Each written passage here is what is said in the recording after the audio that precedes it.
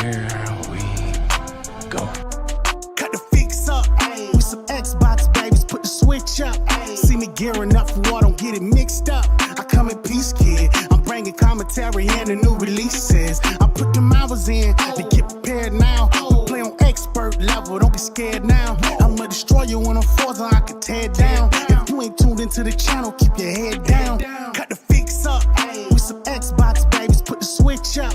See me gearing up for war, don't get it mixed up. I come in peace, kid. I'm bringing commentary and the new releases. I put them hours in to get prepared now. We play on expert level, don't be scared now. I'ma destroy you when I'm forth, I can tear it down. If you ain't tuned into the channel, keep your head down.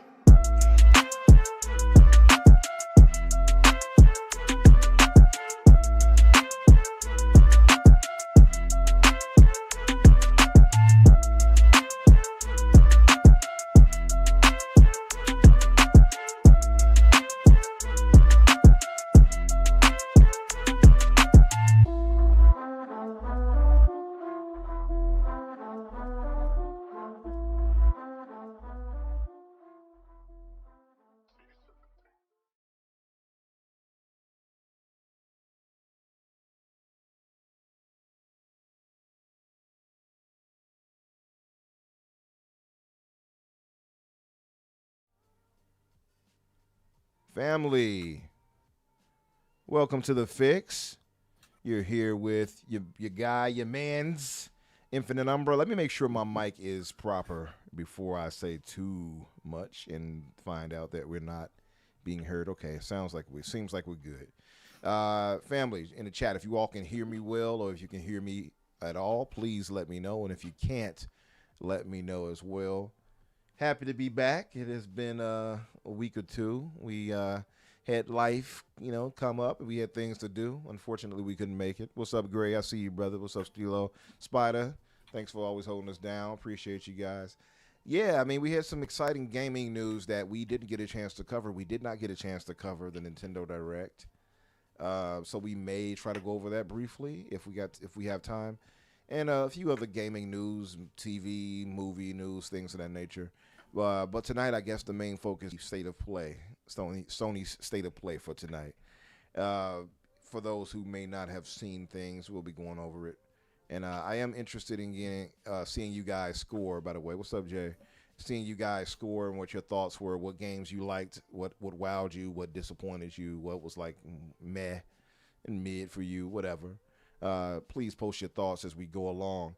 But speaking of us going along, let me go to the fellas here. We have, of course, we're joined here by the illustrious co-star co-host Daniel J. McGee. Hello, happy to be back. Yes. Happy to have you. And of course, the main man, Crusader.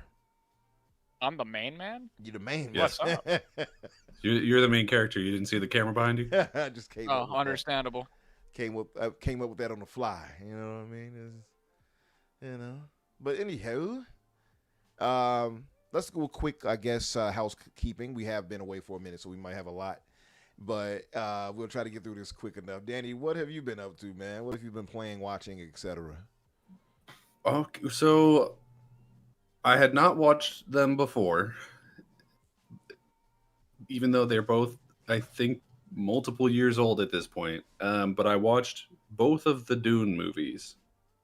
Those are pretty good. I still need to watch like those. Yeah, I'm in the same boat as you. There's a lot of... I was getting like sort of hyped up for Messiah because people were like, that's the name of the third one. I'm not like, awaiting the second coming of Jesus or whatever. But the fandom of it has grown really big. And so I've been hearing a lot of people be like, wow, it's really good. It's really great. And you know me, like when I hear a lot of people being like, you have to watch this. You have to watch this. It makes me not want to watch it. And so I think that's probably why. Because I don't want to because I know that I'm the type that like I'll go into it kind of jaded if people are constantly like, oh, I can't believe you haven't seen that yet. Like that's me. So I had to wait for that to like die down before I could watch it. Are you a bit of a contrarian, Danny? Like, oh, you like this, I don't know about contrarian so much as I just like don't want people telling me what I should be watching and playing. You know what I mean? Like I'm capable of making my own decisions and I don't like people telling me when they believe that my decisions are wrong. And I'm hear like, you. Yeah. unless it's about something important. If they're like, oh, you probably shouldn't have killed that guy or whatever, I'm like, I thought he had it coming, but that's up to me. But yeah, so finally watched them. Very good, shot very well. Love the vast majority of the acting. There's like 2 or 3 people in it who I'm like, they're kind of whatever. I don't think Batista's great in it, and I don't think I think it's Bill Skarsgård. I don't think his character in the second one's particularly great. But to be fair, he's got like 3 scenes in the whole thing, so I don't know how much he could have done. My real only complaint with the movie, because I think they're like really great. Like the worlds are awesome, the lore's great. Super interested in what's going to be happening in the future of that series. My one negative is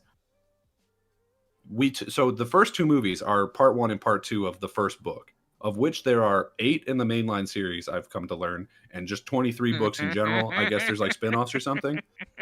So there's a lot of that coming. That's not the problem. I don't mind having just like a bunch of movies. That's fine. We're good. But somehow, despite the fact that we've split that one book into 2, it still feels like we are sprinting through the shit in this movie. Like, it feels like we're skipping all kinds of shit. There's a bit where they're like, we got to go do this thing. And then the next thing is, wow, that was cool how we did that thing. And it was like a thing that I think would have taken months. Like, it's literally, we're going to go to the other side of the planet real fast. And you're like, wait, hold on. What do you mean? Well, it's starting to feel like Game of Thrones season 7 or something. A little bit, but like not just we're teleporting from one place to the other. It's also like, okay, these 2 characters met and then now they're kissing and we've been together for like months. And I'm like, what happened? Yeah. Where was I? What did I go? You know, there's a lot of stuff like that where it's just like, we're moving, we're booking. And I'm like, but we already split it into 2 different movies. How are we still having to run this fast? That's crazy. Danny, you'd hate the books. Yeah. So the books literally don't explain things to you. What? You're just thrown in. They use proper noun after proper noun and explain nothing. It's like Tolkien's writing, but there's like it's like reading the Silmarillion of Tolkien's writing. See, and I have read the Silmarillion, and it's not good. I don't mind the like proper nouns of it. Like I'm able to pick up on that stuff in the movie at least pretty fast. He's talking about Dune, but nerds. What's up, nerds? He's talking about Dune. You know, where they're that's like, how the whole thing is. Yeah. Like, well, because that's the book. They're throwing all kinds of weird names at you, and it's like, and then like a lot of characters have multiple names because like Paul is also like Muad'Dib, and he's got all these different names. And it's like, okay, so like I'm able to keep up with that, but then it'll be like, all right, your big challenge to see if you can become one of the Fremen, which most people in the movie say like Fremen, is you're gonna go on this long journey all the way over there and then back, and we're gonna see if you can do that without dying. And then it cuts and he's done it. It cuts. He's talking to Zendaya's character Chani, and then it cuts again, and we've done it. When we're cool now. I'm like, I thought that was this movie's 3 hours. We had to cut all that. He's time effective, you know. It's the amount of ground that we cover plot wise and literally, but plot wise, from the beginning of the first movie and the end of the second movie would have been 10 seasons of a television show. Yeah. Yeah. No doubt. Do you have a TV show for this, by the way? I think there is, and apparently it's not good, but I haven't watched it. A lot of there's like one old good adaptation, and then the rest of the adaptations are kind of bad. Okay. Nerd says he'll take no Dennis Villeneuve slander. Blasphemy. No, I think they're great movies. I think, like, genuinely, I think they're awesome. I'm really excited for the third one. I'm just saying, I think it's crazy that we split one book into 2 movies and we're still like sprinting through this shit. Like, that's insane. Yeah. What up, Biff? Biff. And then the only other thing of note that I've done is, and I guess it's relatively relevant to one of our stories, is one of the things I want to do this year is play more games that like actually came out this year. Because I didn't do a great job of that last year. I think I played like 12 games that came out last year. And Yeah. so I was like, okay, not a ton of games have come out so far that I'm interested in. Let me see, like, what are the ones I can get into pretty fast. I don't want to. The only one that's come out so far that I like know I want to play is that Dragon Quest game, but I didn't have 40 hours, so we're waiting on that one for a minute. So I was like, okay, so I'm going to decide between 2XKO and High Guard because they're both free to play and they're both right here, and I can just do that. Okay. Well, not High Guard. Well, they're both here. We got to get to that. We got to get to that in a few. But by the way, 2XKO, isn't that it's a fighting game, right? It's the League of Legends fighting game, yeah. Okay, yeah. Okay. They're both free to play. They're both in the news this week for the same reasons. For the same reason. Sheesh. Yeah. And I didn't end up playing 2XKO because I installed it and then I clicked on the thing and it was like, link your Riot account. And I was like, I know I have one, but it's 9 p.m. I'm tired. I'm not going to fuck with that. So I played like 6 games of High Guard instead. It's not terrible. It's not good. Like, it's fine. Did you play the 3v3 or the 5v5 mode? I did a little bit of both. I started with the 5v5. I don't think that game is balanced for 5v5. I don't know. Well, will it matter in the long run? I guess is the better question. Yeah, probably not. Yeah. The open world part of it, where you're like gathering the shit, that's fine 5v5. But when you've got 10 people in the little tiny base, it doesn't work. There's just like too much happening. Yeah, they gotta balance it better. I feel like you're hitting that with the 5v5. You're hitting that like overtime thing really fast. Like you're burning through your respawns, or in my case, other people are burning through my respawns. Because I'm perfect and the good gamer. I don't think it's bad. Shared lives on those types of games. I hate when it's weird. But I understand why people don't like it. I do feel like it's a little overcomplicated and they don't do a great job of like explaining how to play it. And the combination, it feels like it's a bunch of different games combined into one, and some of that works and some of it doesn't. But I think that it's definitely better than the news that we're going to talk about in a minute would imply that it is. So, oops. So, Nerds pointed out that Dennis he's taking over for the next James Bond. I don't know if you all are James Bond's fans. I've seen one James Bond movie. Which one was that? Two James Bond movies. I've seen Thunderball, and I've seen Casino Royale. No, I don't think I haven't seen any of whatchamacallits. Casino Royale was excellent. I haven't seen any of Daniel Craig's. The fact that you've only seen 2 and one of them is Thunderball is crazy. Yeah, it is crazy. What's up, My dad Abdel? really likes Thunderball. He says, So great we show, watched it Legacy as a of Kain remaster, Metal Gear Solid 4, God of War trilogy remake, absolutely. Shout out to Abdel. Gray says he's done 11 or 12 games already for the year. I have been slower with mine, man, because I'm playing games that take a lot of time. I don't even know if there's been that many games that I care about that have come out this year, to be honest with you.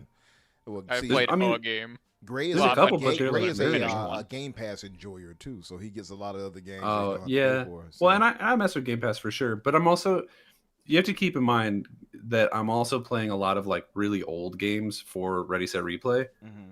And the one that we were playing most recently, we're actually recording tomorrow, the episode on it, is Icewind Dale. That game's long as shit. That's a long game. Very long game. So that one took a lot of my time. Yeah. That's the problem. Like, I don't want to make it like it's a bad thing, but like, for instance, I've been playing Kingdom Come Deliverance 2, and I'm like 200 plus hours in that right now. Like that. I thought you weren't liking that. You put 200 hours into it already. Like, and it's excellent. You're a crazy person. I'm drawn to these types of games. I don't know why, but I am. I don't think I would ever put 200 hours into something I wasn't enjoying unless I was getting paid for it. Yeah, true, for sure. Yeah. But I'm loving it. I have to say the narrative that Warhorse they do for this one and the first game, I think are really good. First game had great narrative. This one is even better narrative wise. But yeah. Was I making that up? I thought that you didn't like it. No, I liked it. I didn't like the combat. Maybe that's what you heard. Oh, that might be one. Yeah, the combat sucked in the first game. It's better in the second game for sure. But I have to use a Wiimote for the first one. I'm like, I'm not suffering through this to get through this game. I'm going to just one hit kill people and keep it moving. But other than that, also I put a mod in where you have to, for whatever godforsaken reason, they want to make it so much more like realistic. So they took away the reticle to see when you're aiming a bow and arrow. It's like, y'all want us to suffer that much? Well, we have to try to perfectly aim this at a guy running at us with a sword? Like, no, I want to see where it's aimed at so I can hit them. So I put that on there too using Nexus mod. And I'm like, I'm going to see where this thing is going. But the second game, I couldn't find any mods, so I'm free aiming and having to hit them properly with the stupid arrow. I've gotten better at it though. That said, let me move on. Did you have any other things, Danny, before I move to Crusader? Or? No, I'm good. Okay. Yeah. Crusader, my man. What about you? What have you been up to? What have you been? I know. Are you still on Minecraft? What's up with So you? yes, but I've been actually playing other games. Okay. I'm gonna be playing that Minecraft pack for the next 2 years. Just so everyone's aware. Like we're gonna be playing that for a long time. But I finished Final Fantasy Remake on the Play Anywhere version. Yeah. That was a lot of fun. It was the second time I played the game. And what else? I have been playing Final Fantasy 3. And it's pretty good. I'm in the Crystal Tower at the very end. I am currently grinding bestiary entries. If anyone has played it, you know that getting the 3 dragons to spawn at the very end to finish the bestiary is like crushing your toes with a hammer. How many hours would you say you got in there? Oh, I'm gonna have like maybe 12 by the end. It's just getting these 3 enemies to spawn so that you can finish the game takes forever. I expected to hear something like 80 hours or something. No. The older ones are short. Okay. Especially since I'm using some of the speed up mechanics. I've never played the older ones, by the way. I do have that on my to-do list just to get through the entire Final Fantasy series. I've never played the old ones. You mean like 1 through 6, the old ones, or 1 through 6? Okay. So the pixel type ones. Yeah, I've never played them. Except 7 was my first entry into Final Fantasy, and I didn't play much of that either. Yeah, the first Final Fantasy game that I played was Remake on the PS4. Or PS5. PS5, I don't have a PS4. But yeah, so I've been really enjoying that. And then I finished the second expansion for Age of Mythology finally. good? I played, it was the Japanese civilization.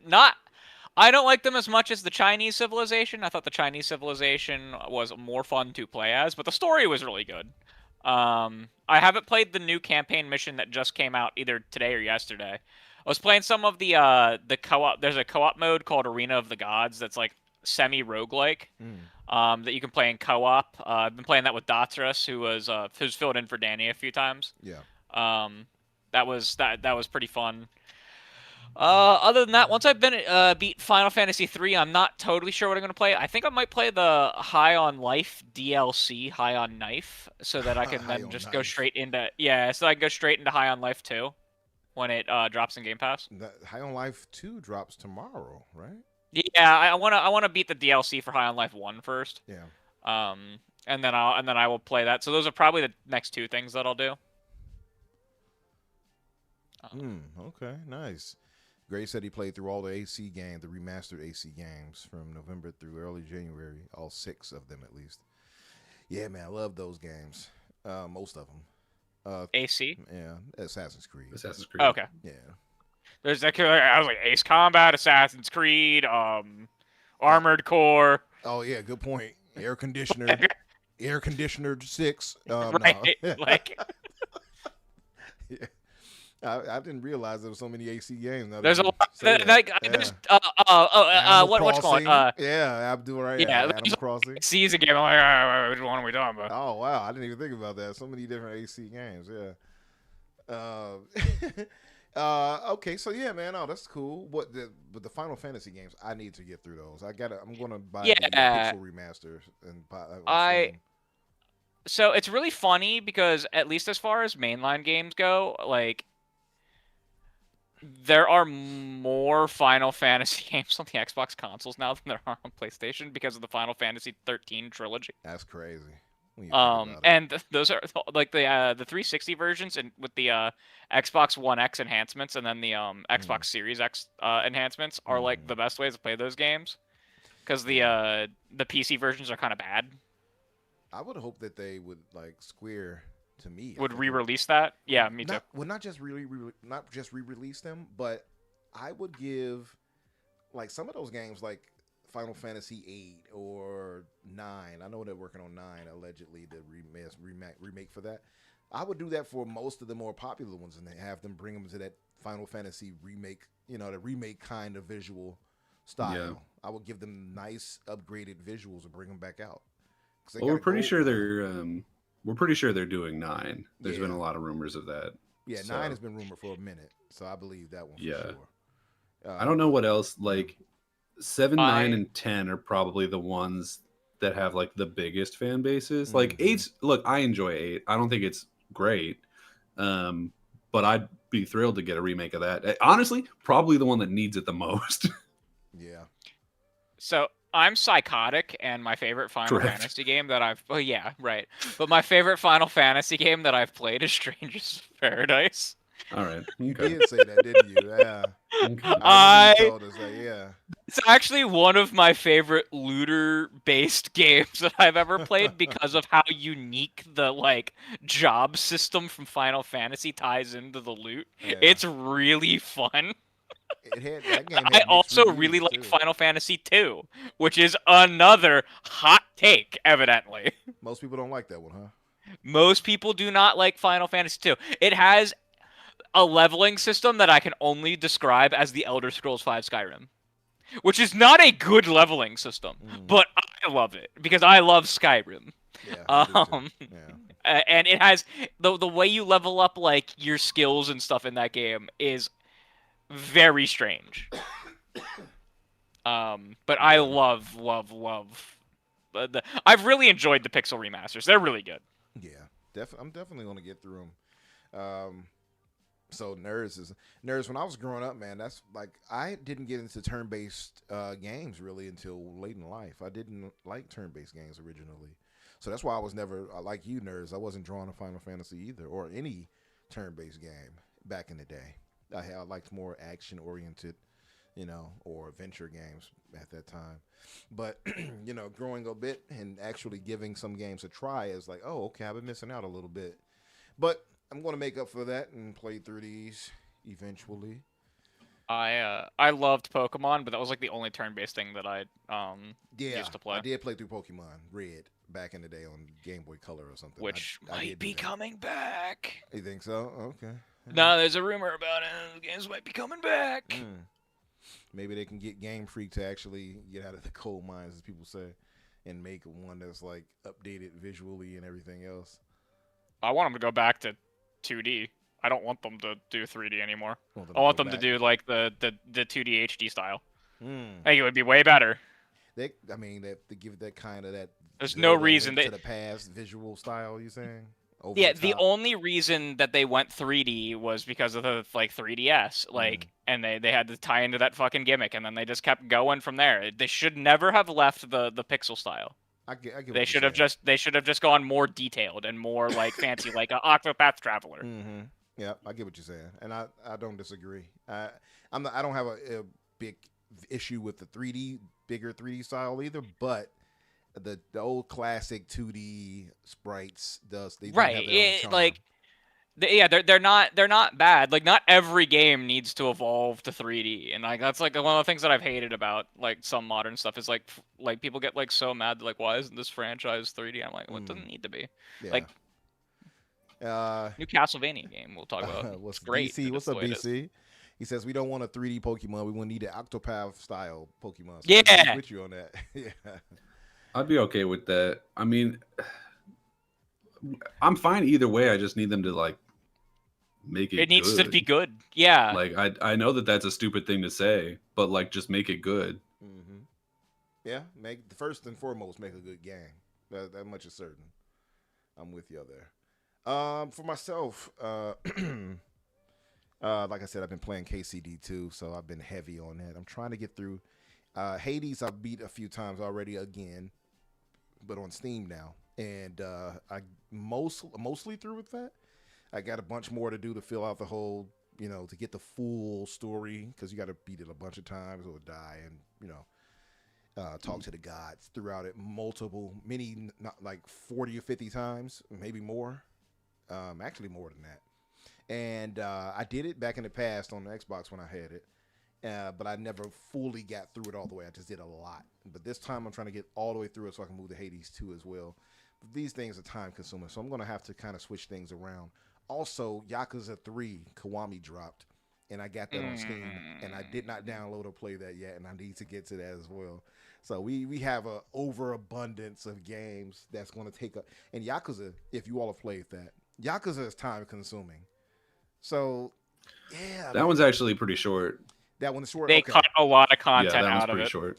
That's the only one I haven't played so far. Well, not the only one, but it's the one in the series leading up to it from the Kiwamis that I haven't played. Because the original, I guess, updated visual, whatever you want to call it. I don't call it a remaster. The updated visual Yakuza 3 was terrible to me. So I said I'll wait for the They cut Kiwami. a lot of content from the Kiwami one. I've heard, yeah. But I've heard, too, that I know they gave us the Dark Tides or whatever, Dark Tides.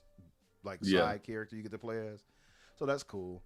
I'll see how it works out. It might be shorter for that reason. Maybe that's why they gave us that. Maybe. Yeah. But either way. Maybe.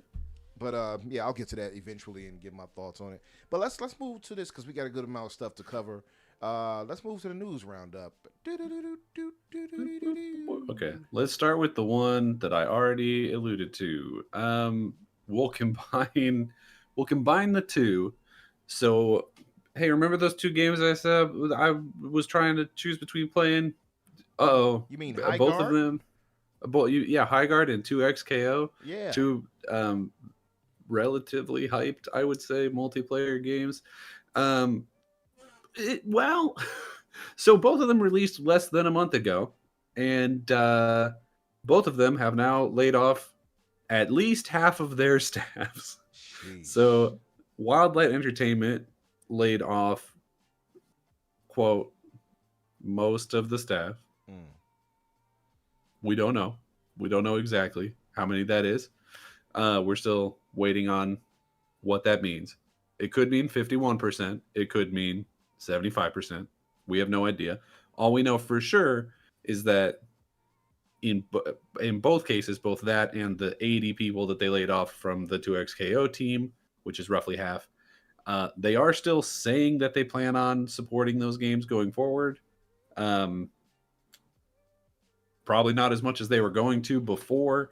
I think in both instances it must have been, and this is a theory, that they for some reason thought it was going to, like, both of these games were going to come out and just like take over the conversation. Because from what I understand, I don't know anything about how 2XKO is performing, but I saw a post from Shinobi, who I trust relatively, for a person I don't know, where he was saying that Highguard was like doing pretty well, like not crazy, but like was in the top 10, I think it was, on consoles for playability, or like for concurrent players or whatever. And I think it was like top 5 or something on Steam for a minute. So like it was getting played. Hell, I played it. It dropped to 2,000 players in its second week, though. So I mean, it's like I don't think it was, necessarily bombing any more than any other multiplayer game that's not, this huge takeoff, crazy, groundbreaking success. So they must have just like been promising whoever, their publisher, their shareholders, whatever, that it was going to be this like huge deal. And I don't think either of them turned out to be that.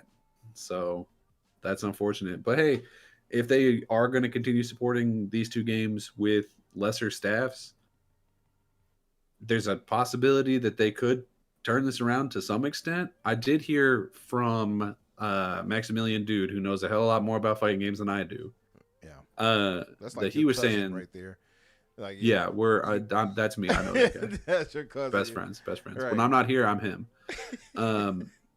But he was saying on one of his videos that like 160 people working on a fighting game is unheard of. So them cutting it down to 80 is pretty much like the expected size of a team working on a fighting game, maybe even still a little big. So he's like, it sucks, it's terrible, but he doesn't think that 2XKO is like dead. Well, that game also came out with like only 11 fighters after 10 years of development. So yeah, it's got problems for sure. But also apparently it's like pretty good. Like people who are fighting game people who are playing it are like into it. I've watched So some gameplay of it. I mean, it looks interesting. Like yeah, cell the only shaders, negatives I've visuals. heard is that one with the it doesn't have enough fighters or characters or whatever, Yeah. and then the skins are like stupid expensive. Apparently, I don't know the details on that, but apparently they're like really expensive. That So makes sense because Valorants are stupid expensive too. yeah, I mean yeah. So, but I mean those are all things that like, well, one of them will get corrected over time, and the other one you just could just not buy skins, and then you avoid that problem yourself. You know what I mean? Yeah. So I don't necessarily think that either of those are like, a bullet to the back of the head for this game. So I do think and hope it can turn itself around. High Guard, I don't know so much, because there's a lot of like very real like balance issues and just like playability issues with that game, where it's like it's not bad, but it needs a lot of work and tuning.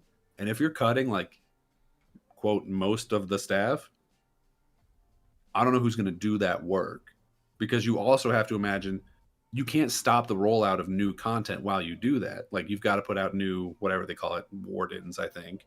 You got to put out new maps, new guns, whatever. That work still needs to get done. So if you're also now having to go back and figure out like, hey, how can we make the game fun to play? It's just like, I don't know. It's a tough conversation. It's a harder one to have with half the staff gone, for sure. Yeah, it seems like, to Nerd's point, it is a nasty business for these live service games. It is a scary thing, and because it's oversaturation in the market, I don't understand why people keep going to it. To me, I think the audience, or at least the gaming public, has been kind of clear. There are just some people who are not moving away from certain games, and they're stuck on these other live service. It's a kind of a dangerous proposition to put that out there, waste so much time and effort into those games that might not get anything going. Like I look at Marathon and I'm still like, I don't think that's going to do well. You know what I mean? So when we saw High Guard, I was like one of the only positive people of visual. Like when I saw what I saw, I was like, it looks okay. I don't care for live service games and these multiplayer only games like that, but I thought it looked okay. I could see it being successful. And then, reviews came out and it was like, okay, no, it's a good game. It's a decent game. But so to hear this has to be discouraging, and I would imagine it's going to affect the player base too, because who's going to be like, oh, they'll stick around and keep updating? Most people are going to be like, this game is dead already. That's what they're going to believe. Well, and even more so than that, because I mean, it's a free to play game, so there's no risk inherent to, I'm enjoying playing this game and they're going to take it away maybe if it fails. But I tell you one thing, I'm sure as shit not going to go and buy super expensive skins or whatever in it. If I'm not convinced that this game's going to exist in a year, I'm not putting extra money into it. Right. And if it's a free to play game, that means you're not getting money from me at all to play this game.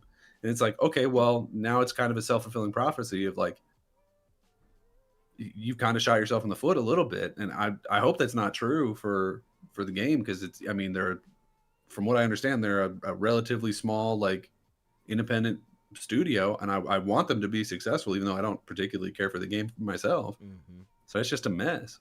Yeah, no, I'm 100%. Like, who's gonna spend money like that on something they don't know will be around? It's a waste of your money, quite literally. Yeah. So, yeah, unfortunate. And again, I mean, we know that these things are going to continuously happen, where people are being laid off. We're seeing it all around, especially in our current climate, especially with the advent of AI and all these other things. So this is discouraging in a lot of ways when you really think about it. And I just don't know how that's going to shake out, where, publishers and such are going to be looking for a solid ROI. And now we're seeing so many people laid off seemingly unceremoniously, because this is really quick for them to be like, oh, we're firing most of the people or whatever it is. That's pretty crazy. But yeah, it's rough. Yeah. I don't know. It's going to be really tough for them. I guess the one positive on the High Guard side of it is, I think because they're an independent studio, they don't have like shareholders or whatever, like risking to cut funding or whatever from them. Maybe, I don't know. So that might give them a little bit more leeway to like work on it before just shutting it down. But I don't know. I'm not a businessman. I'm a business man. I have to steal that from Jay-Z. I'm not a businessman. I'm a business man. Anyway, Crusader, did you have any thoughts? He may have stepped away. So, just looking at the metrics of High Guard, its player base collapsed within 2 days.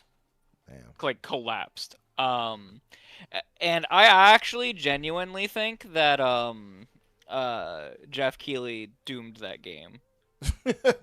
Truly.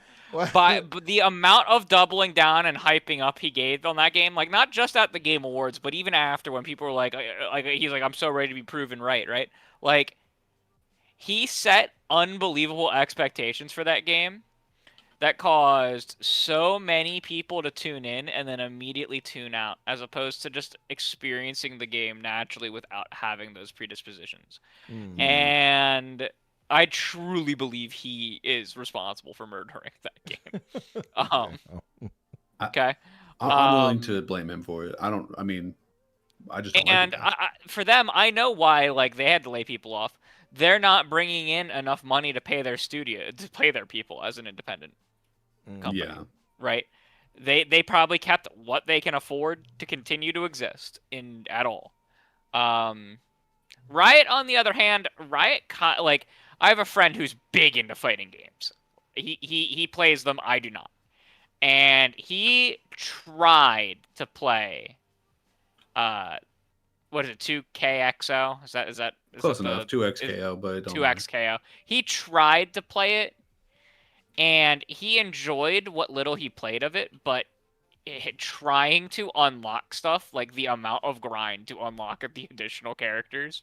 Oh, yeah. And for there only to be 11 of them, he was like, this game needs a total economy rework. Like, not even, he's like completely ignoring cosmetics and like paid stuff. The actual, like, he was like, there needs to be like 4 times the characters. Well, not 4, but there needs to be like double the characters at least. And to actually be able to get them and play them needs to be far more streamlined. Well, because it's also a tag fighter, which means effectively you have like, I mean, it's not really how it works, but like kind of you have half the roster that you actually have because you're using 2 at a time. Like in terms of like change of, I don't know, like freshness or whatever.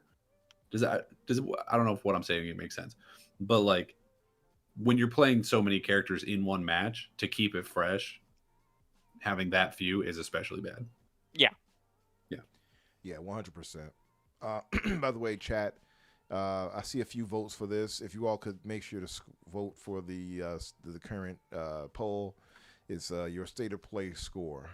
Right now we have B leading the way with 50% of the vote. C has 17%, and D has a surprising 33%. So if you all could make sure to vote, I want to try to see where you guys are at here.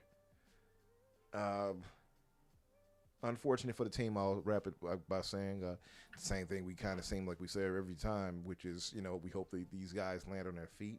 It's unfortunate that this is happening to them. We wish them the best. What else did we have, Danny? We have the one that was, for me, the most surprising.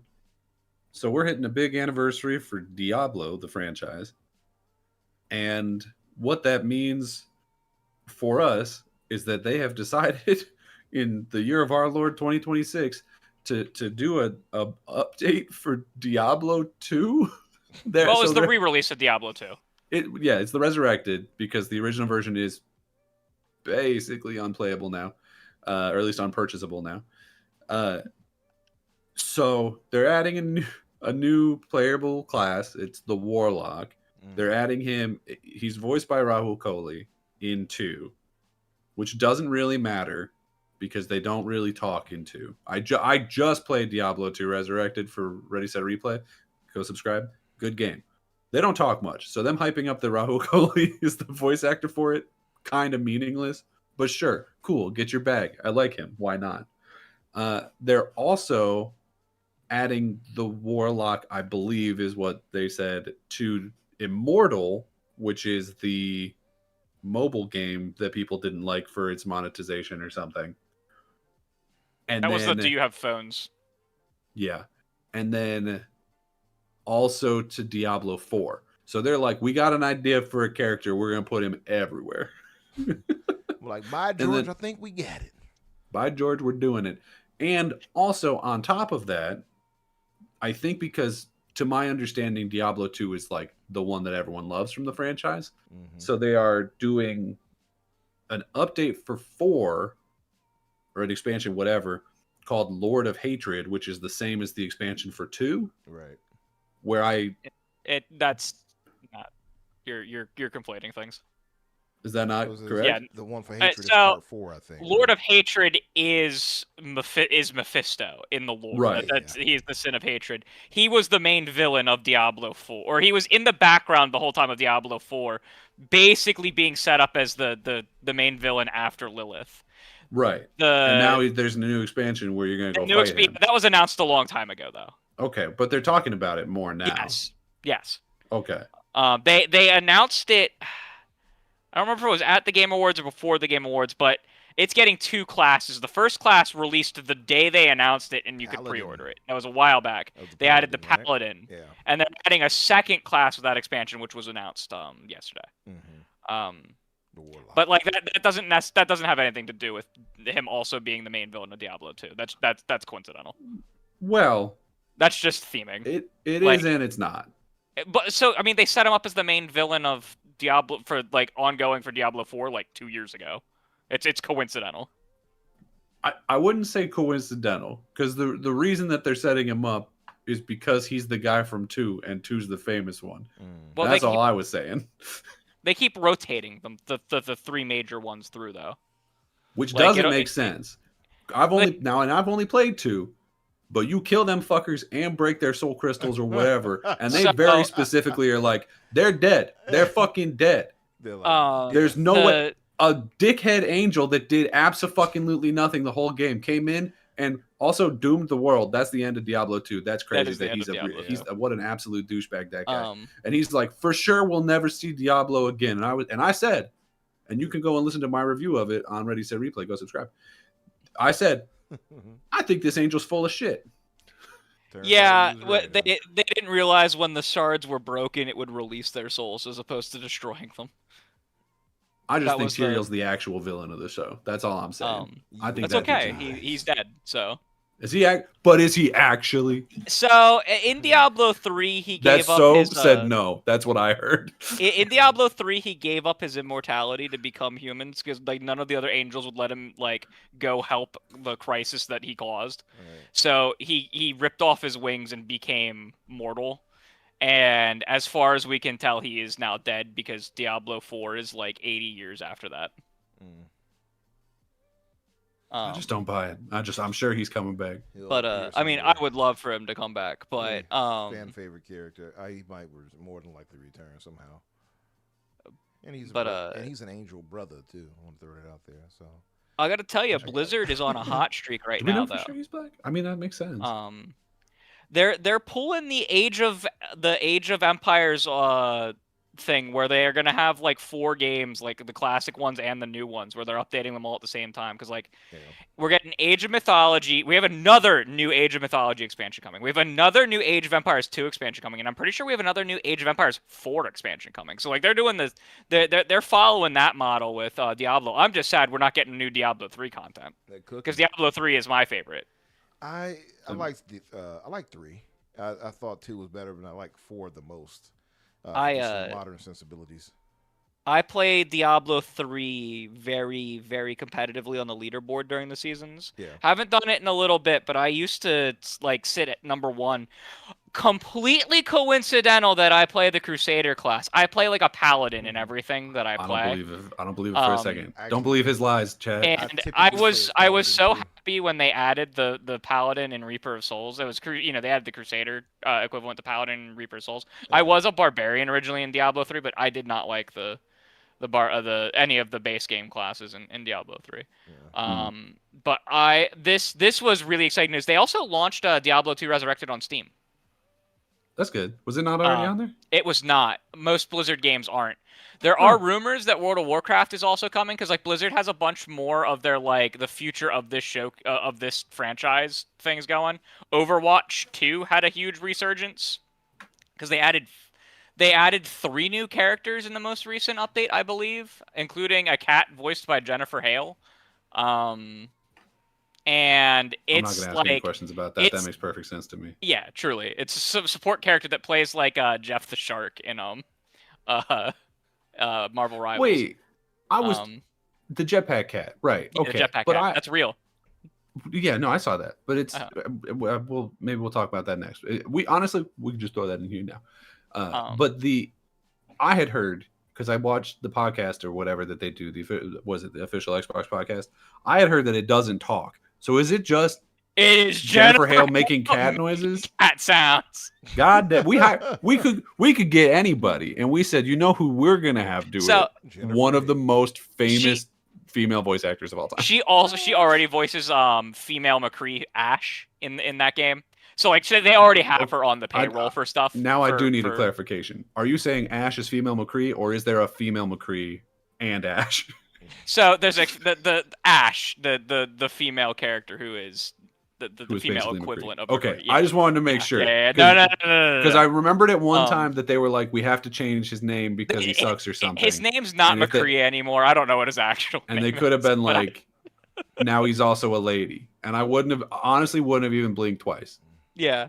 No, I forget what his new name is. But a bunch of my friends have gotten back into Overwatch to the point where I might download and play some Overwatch. Yeah, apparently it just like broke its concurrent record or some shit. I saw that somewhere. It has broken its Steam numbers. Now, note it was not always on Steam. It was only launched on Steam like partway after it was renamed Overwatch 2. His name is Cole Cassidy. That's it. Yeah, thank you. But yeah, it's doing absolute numbers on Steam right now. Like people are really, really loving this like reinvigorated Overwatch, where people are going crazy about the reinvigorated Diablo stuff. Blizzard's gonna be killing it this year. I can't believe that all of this shit's being announced before BlizzCon. Right. What the hell are we going to talk about at BlizzCon? Because I think they have another one of these for World of Warcraft coming soon, and I think they have one of these for Hearthstone coming soon. Well, didn't we just get? Weren't they like, hey, we're doing? Was it the World Soul Saga or some shit? They're like, we're doing. That was announced like 3 years ago. There's like one more expansion left, and so they're going to show that off. There's also rumors that World of Warcraft's going to come to Steam. Hell yeah. Why not? So like, there's a lot of cool stuff getting announced there. And like, there's rumors of a third-person shooter that's in cooperation with Nexon and Blizzard for StarCraft. Third time's the fucking charm. Here we go, baby. I will say I saw a big resonance of people, like fans and such of the series, who were super hyped to see all of this from Blizzard. So it looks like they're moving in the right way. Yeah. Warcraft, Abdel says, any chance of an Xbox coming to Xbox?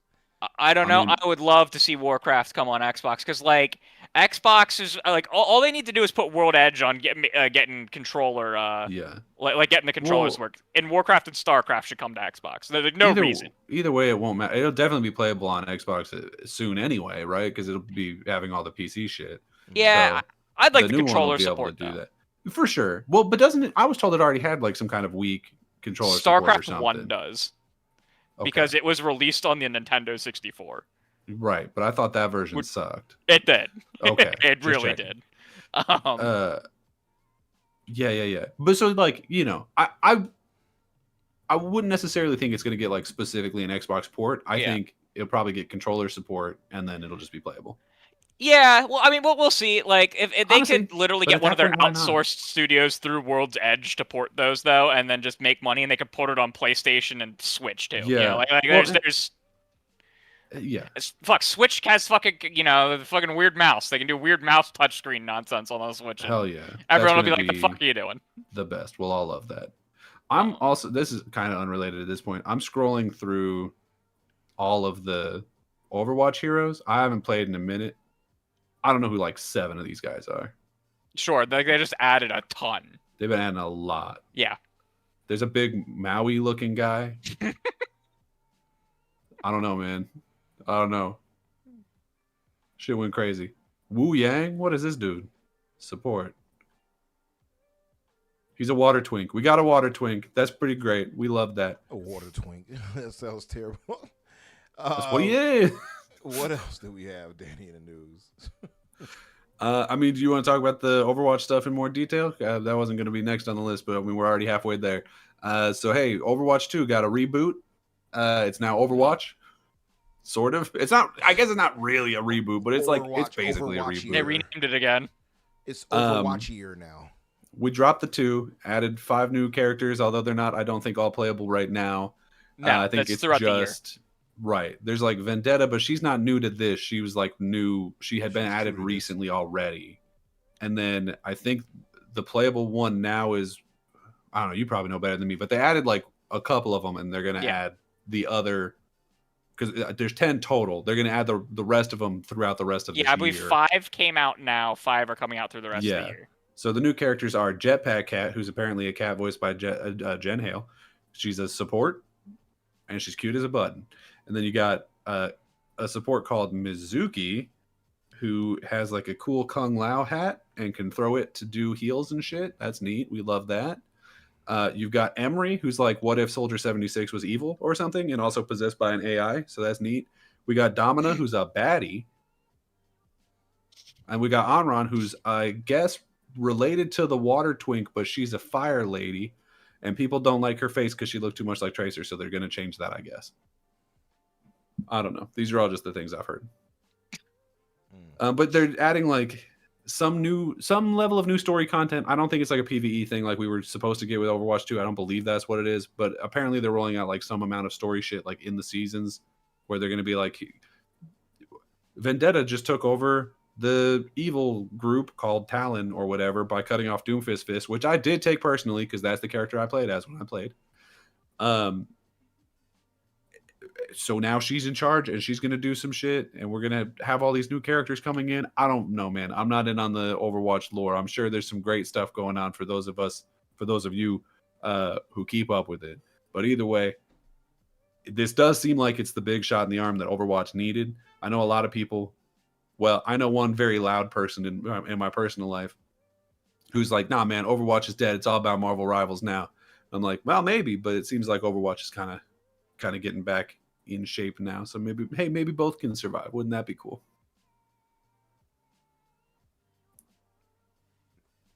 What else did we have? Okay.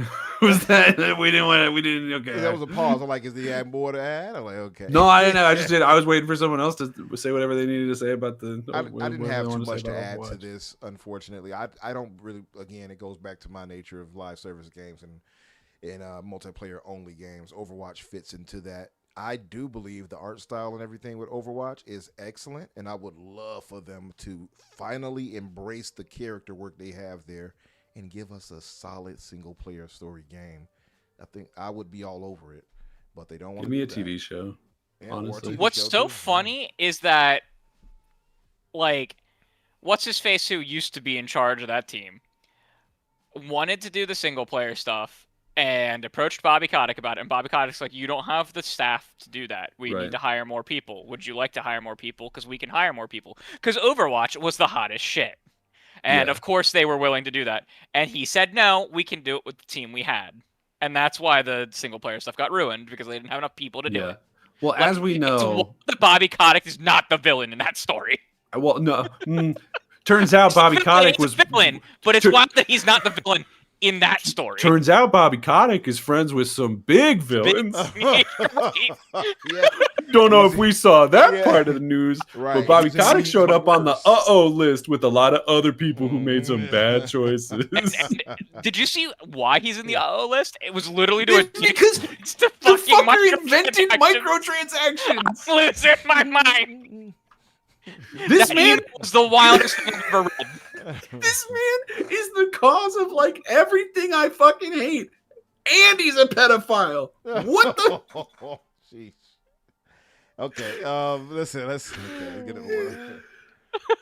You gotta put some control on this. Yes. How the hell did that happen? It's crazy. It's just like sometimes you see the dots and you're like, "There's no way we can connect this." Oh my god, it's happening! It's happening. Anyway, let's move forward a bit. What else do we have? I know some more recent stuff that I added to the news. By the way. Oh, there's all kinds of stuff. We can go for. We missed like what 3 weeks. We got hella news. You can cut to the state of play whenever you want. Yeah. I'll just keep going until you stop me. Frankly, do you all want to kind of give a thought on the Nintendo Direct? I did not watch it. I don't remember anything from it. It was not like it was a partner thing, right? Like I don't really give thought because it was kind of like if you had been, I guess.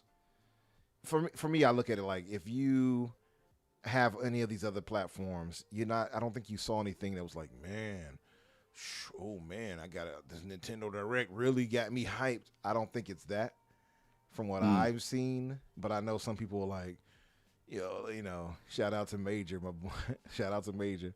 It's the best place to play, as he would say, for handhelds. And I'm like, if you say so, brother. But yeah. Okay, so I'll quickly switch to this just to say. So we had the Nintendo Direct. This was on the 5th of this past week, which, by the way, was a day after my birthday. I wanted to throw that out there. My birthday was the 4th. Are we the only ones that, by the way, that put the dates correctly? Because this 5-2 thing threw me off a little bit. And I'm like, wait a minute. So America is the one that do it. Well, I don't want to say we do it wrong, but we're the only ones who do it. They do it the we're other still way. the So, only we ones, are wrong. We are wrong. Listen, world, you better get like America and correct. Like we do that wrong. We do we do imperial units instead of metric. We just fuck everything up for the rest. We use comma or we use periods for decimals instead of a comma. Like we invert that too. Like everyone else does commas. That's crazy. Inverts the commas and periods and stuff. I can't handle the commas. Look, I'm just saying. I will take no correction from a person from the UK who measures weight in stones like a fucking caveman. Well, they're also not fucking like. All right. If you want to come and talk shit to me about using feet or whatever, you better be from a different country than that. That ain't imperial. Or that ain't a metric either. Sure would be ashamed if we had to come where you're at and deliver some freedom, Gray Monad. He said he don't say that. That's a real risk now. He don't want to be more like Truly. America. Yeah, it is a risk now. Hell, if I float the idea long enough, he might be like, I think Australia would be a great 51st state too. Jesus Christ. Did you see? So I don't know if you guys saw the Fallout show, right? The season 2 of that. Mm-hmm. There's a I won't spoil anything about it, but there is a twist revolving around Canada that's not even really part of the main story. Yeah. It's like part of the C plot.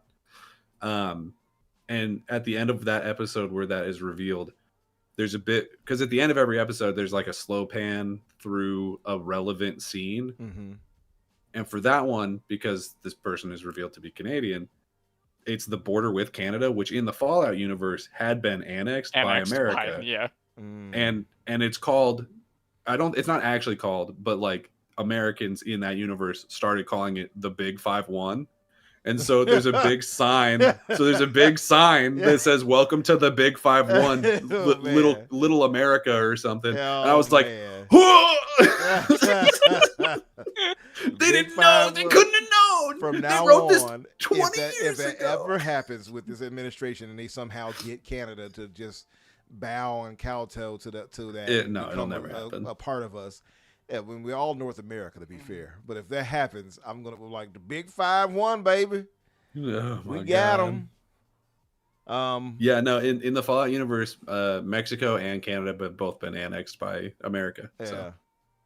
By the way, I need to catch all the way up with Fallout. I know the finale happened. The finale just happened, right? I think. I think it was like 2 weeks ago, but it was hey, it's a good one.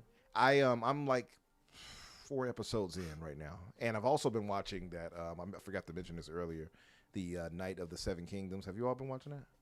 I have not, but I want to. It's okay. It's okay. I'm not blown away just yet, but it's pretty Okay. interesting. Just to quickly go through this, available to play today: Hollow Knight, Pragmata, Monster Hunter Stories 3. No, this is funny to me. Twisted Reflection. Wait, Pragmata's out? I did not know that. There was a demo. Yes, Demo. a demo for it. Oh, should I demo. say. Okay. I was like, I that don't- came out? I don't like that they put available to play today and then made it like, oh, it's out. But yeah. By the way, I haven't played this yet, but I've heard good things about Pragmata. I would never get it on the Switch. It would be on PC. But Monster Hunter Stories 3. I'm not the biggest Monster Hunter fan, right? But Monster Hunter Stories 3 is a turn-based, and I've watched It's gameplay of Pokemon. it. It's a lot like It's Pokemon. Yeah, I'm like, yo, I'm gonna get this. It looks really good to me. it does. So- It actually does. I think they're releasing all three of them are coming to Xbox Play Anywhere. Oh, I'm so pretty you- sure. Yeah, I think they're coming to Yeah. They're all they- coming like, to Xbox, but all the I other think, platforms that they haven't been on. Okay. yeah. which is, Well, I all right, think, so pretty they're on literally everything, including mobile phones, but Xbox. Oh, I right thought Oh, I wow. thought one or two of them were missing from PlayStation, and they were coming over now. there too. No, I don't think so. They're on literally they're on like Kindle Fire On the Store, Kindle. and they're That's not on Xbox. That's offensive. You start putting your shit on everything Kindle. but Xbox right now. They're I'm very pretty swear to sure. sure God. is what you're trying to tell us. If I can play your shit, apparently I don't. There's a lot of rumors of shit like that coming to Xbox recently though, because this is a rumor, so I didn't put it in the news rundown. But there's also the rumor that the Neo games are coming over to Xbox, and then like sometime. in the Yeah, near that's future. because Neo 3 says that it's a timed exclusive as opposed to like that it can't come to other platforms until after a date, which none of the other ones had said before. Which Yeah. means that they may have purchased Koei Tecmo may have purchased the IP from PlayStation. Well, I haven't seen any trademark changes or anything like that, but I didn't it's a think- very different situation. Well, I didn't think PlayStation owned the IP. I thought they owned the publishing rights. I thought They that was the may, case, too. But Yeah. those may have reverted. It's hard to say. Honestly, Because it's business is complicated, and I don't understand it. Truly. so- Yeah, it's really, really hard to say. This world is confusing and hard to live in. No, but yeah, I think that's the case too. I think they just did publishing. It's much like the same thing with well, not quite the same, but it's currently the same as with what do you call it? The game by Kojima. Death Stranding. Oh, Death Stranding. Now they did own that IP. They sold it to yeah, him. that's why I say it's a Yeah. little different. But Yeah. yeah. I'm surprised that he allowed them to own it in the first place. To be honest with you, He needed the maybe. money to with, found with that his past studio. experience. Yeah, that's a good Oof. point. Yeah, I guess he's probably had a really strong relationship with Sony for a long time, to be fair. But yeah, like Monster Hunter Stories 3, now hearing that it's Play Anywhere, I more than likely I will get think this it on is. Xbox instead of Steam because I still I'll- do I'll- Yeah, love 'cause you're my buying it Steam. I'll twice. verify that for you. Give me 1 sec. Yeah. So, okay, so I'll go through these really quickly. You also had, what is this? Cool Borders for the console archives, Super Bomberman Collection, Switch 2 edition, and just, I don't know, what's the difference between these? I don't get it. But yeah, they have the Switch 2 edition and the regular one. I don't really get it. Oh, Switch 2 edition is extra pixel, or I don't know. What I don't. Also, you had the Ninja Gaiden 2 Dark Sword of Chaos added to it. Oh. Available to pre-order. You got Final Fantasy VII Rebirth coming. You got Fallout 4, Anniversary Edition. Indiana Jones and a Great Circle was announced to come over. Resident Evil 9 Requiem. You got Paranormal Sight, which I have, I believe, on PC myself, on Steam. But this is the Mermaid's Curse, so this is a different one. Digimon Story, Time Stranger. And you have Digimon. Wait a minute, why is it twice? I don't. Okay. Tokyo Scramble. You have Reanimal, which I'm excited to play Reanimal. Shadow Yeah. Tactics, Blaze of the Shogun. I played this before on. I forgot where I played it, but I liked it. It's a strategy-based kind of. What's the word I want to use? Up, top, down kind of game. Goat Simulator 3, WWE 2K26 or 2K26. You have Star Trek Voyager. That might be up your alley right there, Danny. Across the unknown. I haven't gotten that far yet. I don't know nothing about no Voyagers. Valheim, The Adventure of Elliot, the Millennium Tales. I'm definitely getting this. More than likely on Steam. Orbitals looks interesting as well. You have Kyoto Xanadu. You have Turok Origins. You have Grand Blue Fantasy Reeling Endless Ragnarok, which I believe is Is that a fighting one though, right? DLC. Oh, it's a DLC for No. okay. It's an expansion for Grand it's Blue a remake. like hack and slash JRPG that's based on a fighting franchise. Okay, because I thought I saw a fighting game They, version that's of it that's too. because what, that's Grand Blue Fantasy Relink, right? Yeah, Let me check. There's two in that franchise. it is. Yeah, That because Grand Blue Fantasy Relink, which I own, is the open world kind of semi-open, if you will, action adventure RPG. yeah. Relink is the like the hack and slash. Then there's another Grand Blue Fantasy that's a fighting game. Yeah, and I was like, Endless Ragnarok is an add-on for Relink. okay, cool. So that's DLC. Okay. Then Yeah, you it's have DLC. Captain Tsubasa 2, World Fighters. And so looking at that, now me personally, I was not blown away by anything at this direct. Most of it we had I'm going to say most. I'll say a lot of it we had already knew about or have played or have access to. I just thought it was, just a basic show. It didn't do anything for me. I'll say this: my Nintendo will safely be turned off for a while. Personally, shout out King Webb. What's up, brother? But yeah, that's me. Did you guys have any games in there that wowed you or kind of caught your eye just now? I don't know. I'm mad that Relink is still not on Xbox. Yeah. I don't know why it hasn't come over. Actually, that's a good. They point. have the studio that makes it doesn't release stuff on Xbox. Oh, I did hear that before. I mean, it's silly Side when you think games. about it to me a bit because it eventually will be coming to Xbox, whether they, put a port for it or not, because of next gen. So it's just kind of like. So Yeah. why? So there's the secondary argument. Why waste the time importing it? True. Yeah. True. I mean, Microsoft would have to make it worth their while, right? And Yeah. I guess they're not doing that. To be fair, so yeah. I'll start up the state of play. Why not? And what else did we have did we have anything extra that we needed to probably discuss for the news roundup, Danny? Or do you think that was about I it? wouldn't say anything else that we need to, but there's definitely some other stuff in here that we could do. Okay. Could you maybe let's go over like one or two more, then we'll go straight into the state of play. Sure. I think one of the other ones that's getting a lot of talk is probably there's this Baldur's Gate TV show. I think that's one that Yeah. of these other ones, I think that might be one of the bigger ones left. So we'll go with that. They're making a Baldur's Gate TV show. It's going to be over at HBO. It's being held up by Craig Mazin, who was the showrunner for Last of Us, which is pretty good. I mean, And Chernobyl. That's pretty cool. I didn't watch that, but I heard it was good. And I don't think it's the showrunner's fault that the second season of Last of Us was not particularly great, because it wasn't great in the same ways that the game was great. So was not great. So if anything, he's really good at accurately representing a video game. But who knows? The other big thing about this that people are really hanging their hat on is that they're very specifically saying it's like a sequel to Baldur's Gate 3. But there's not any involvement from Larian, which does make sense, unfortunately, because like Larian doesn't own the IP. That's the other guys. That's Wizards, and they're not friends, so they might not be able to sort of work with both of them at the same time. Right. So it's unfortunate, but who knows? Mm-hmm. I know that they specifically say that this is like a sequel to Baldur's Gate 3. I don't know how much it's going to like directly pick up after Baldur's Gate 3.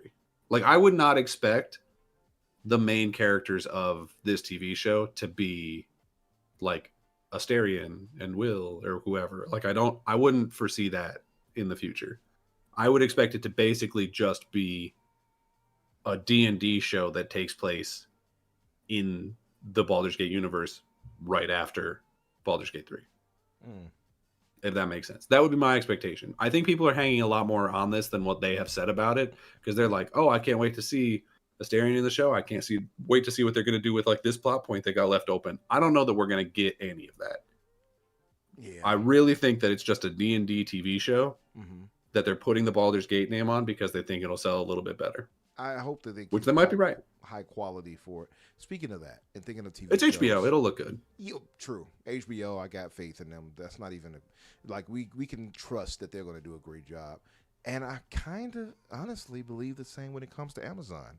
Amazon has high production value.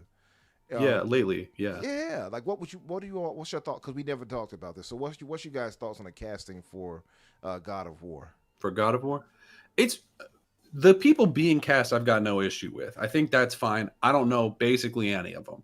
Like there's that one guy who's from Sons of Anarchy who's playing Kratos, playing Kratos and had previously voiced Thor.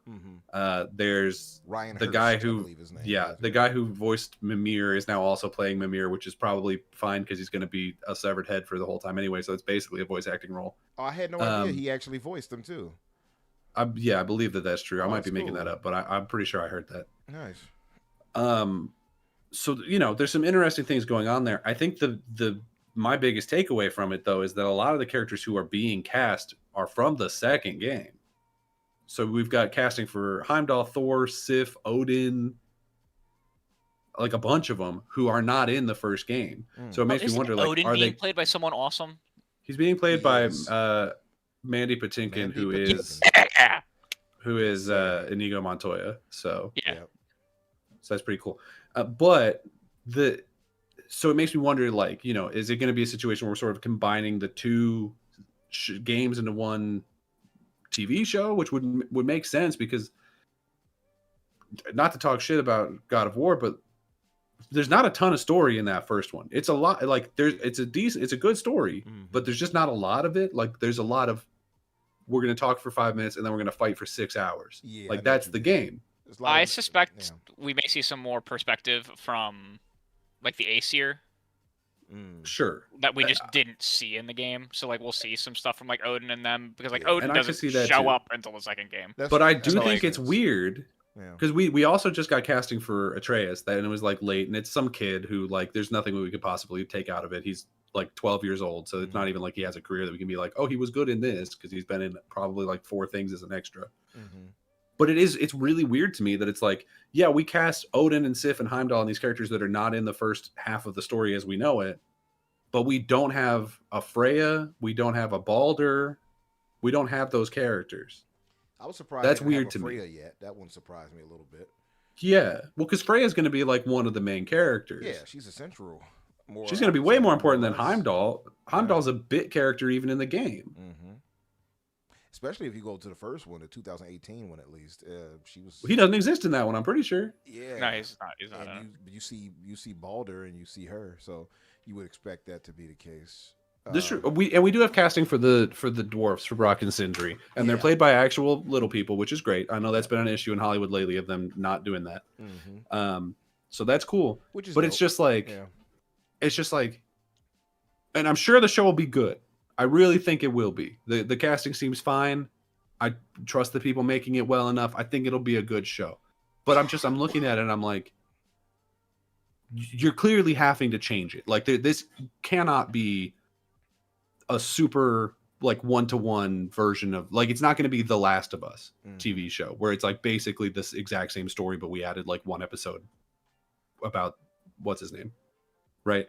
Like clearly we're doing a very different thing. And so then also it makes me wonder, like, how much of this are we going to bother explaining to people watching the show who don't give a fuck about the games, or especially the older games? Like, what are we, how much are we going to bother talking about, like, his time in Greece? Are we going to cast a Zeus or an Athena? Are we going to talk about how he killed his family? Because I feel like you have to, because that's kind of his whole reason for being not a great dad in this game. Like, that you have to mention it.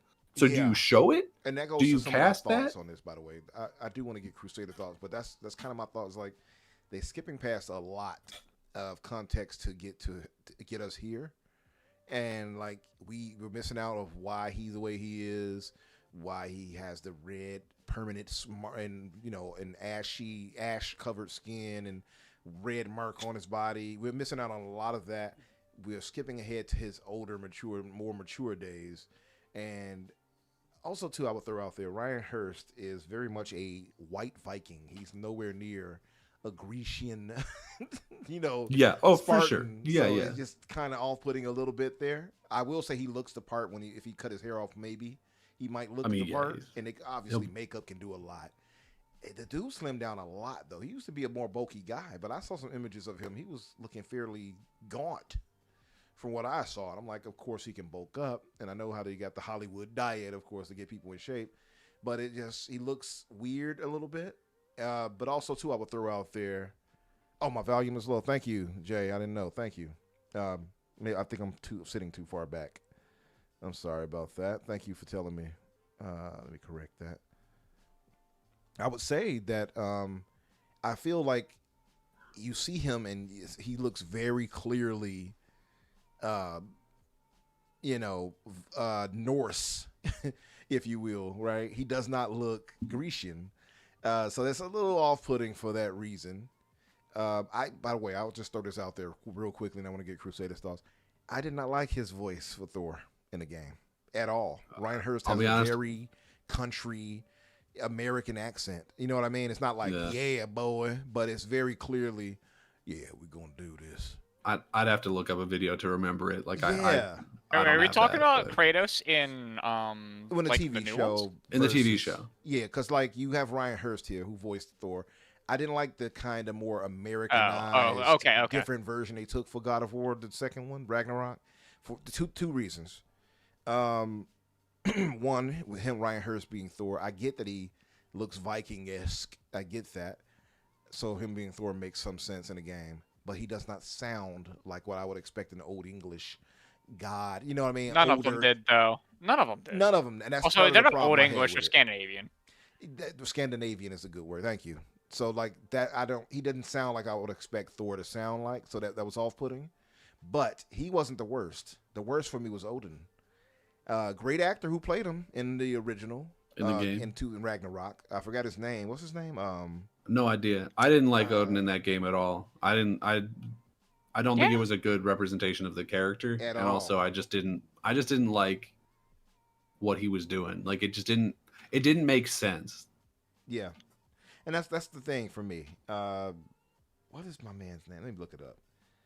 I just didn't like him as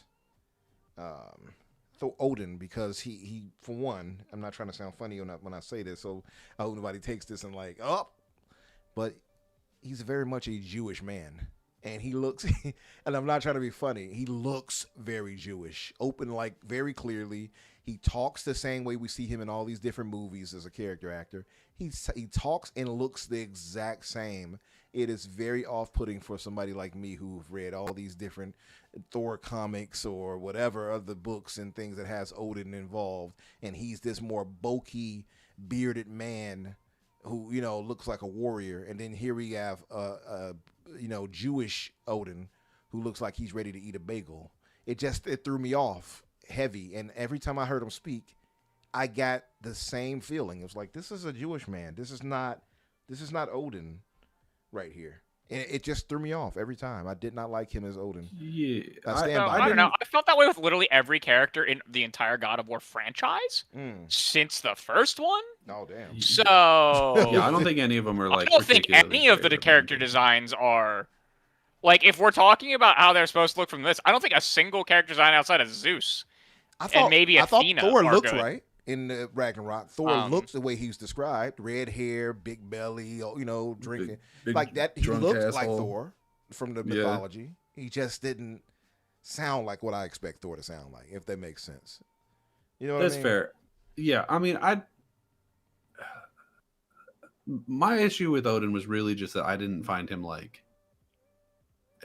intimidating at all. Like there was no point where I was like, oh, this is the man who's in control. I was like, this is just like some dude. This is someone's grandpa who just like. And that's his name, Richard Schiff, who was in West Wing, which I loved. Richard Schiff, that's his name. Richard Schiff. You all have seen him in so many different things. So Manny Patinkin doesn't have like particularly huge shoes to fill on that one, I wouldn't say. But I agree. I regardless, I think the show will be good. I have no concern on that. I just have so many questions about like, what are you going to do with this? Like, what is your plan? How much of if you're skipping 3 or 5, depending on which PSP games you count, Six. games Six. to You're to forgetting get to Ascension. the. Everyone forgets Ascension. The bad game. I didn't forget it. I intentionally neglected it. That's You left different. it off on purpose. But you're skipping all these games and going straight to the Norse one, which is fine, but it does make me wonder, like, how much of that are you going to touch on? Because you don't. Yeah. There's a lot of it you don't have to. Mhm. You don't have to talk about his brother, whatever. Who cares? You don't have to talk about like most of that shit. Mhm. But if you're gonna do like if you're gonna do the plot points, every plot point that exists in the first game, which you're not, but if you are, the only characters from that you need to know existed were his wife and kid that he killed, Right. Athena, Zeus, and probably Ares to explain why he killed him. Ares for sure. Yeah. But that's I'm like gonna be probably all real. you need. I'm gonna be real. I know a lot of people who didn't play and don't know anything about the PS3 or ones or prior, the PS3, PS2, PSP ones, and have only played the new ones. Yeah. And a lot of them don't want to go back to even play the old ones because of how different his personality is in them and how different the tone is in them. Sure. Um, But like, and just from a they're like storytelling perspective, there's enough of it in part 18 that most of them were, or in part 18, in 2018, Yeah. that most of them were satisfied with like his backstory. I think they're satisfied only because they didn't play those games. I think if you play them, They tell it enough.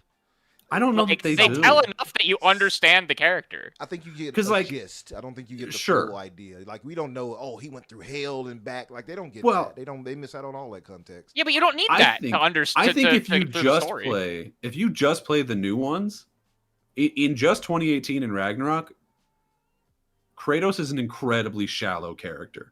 He has like zero depth. He is dad who is sad. That's the whole guy. Dad, who was sad.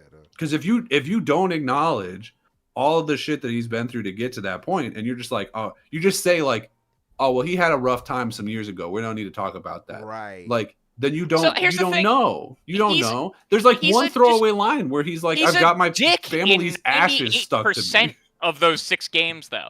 He's Like, a dick in all the you new need- ones.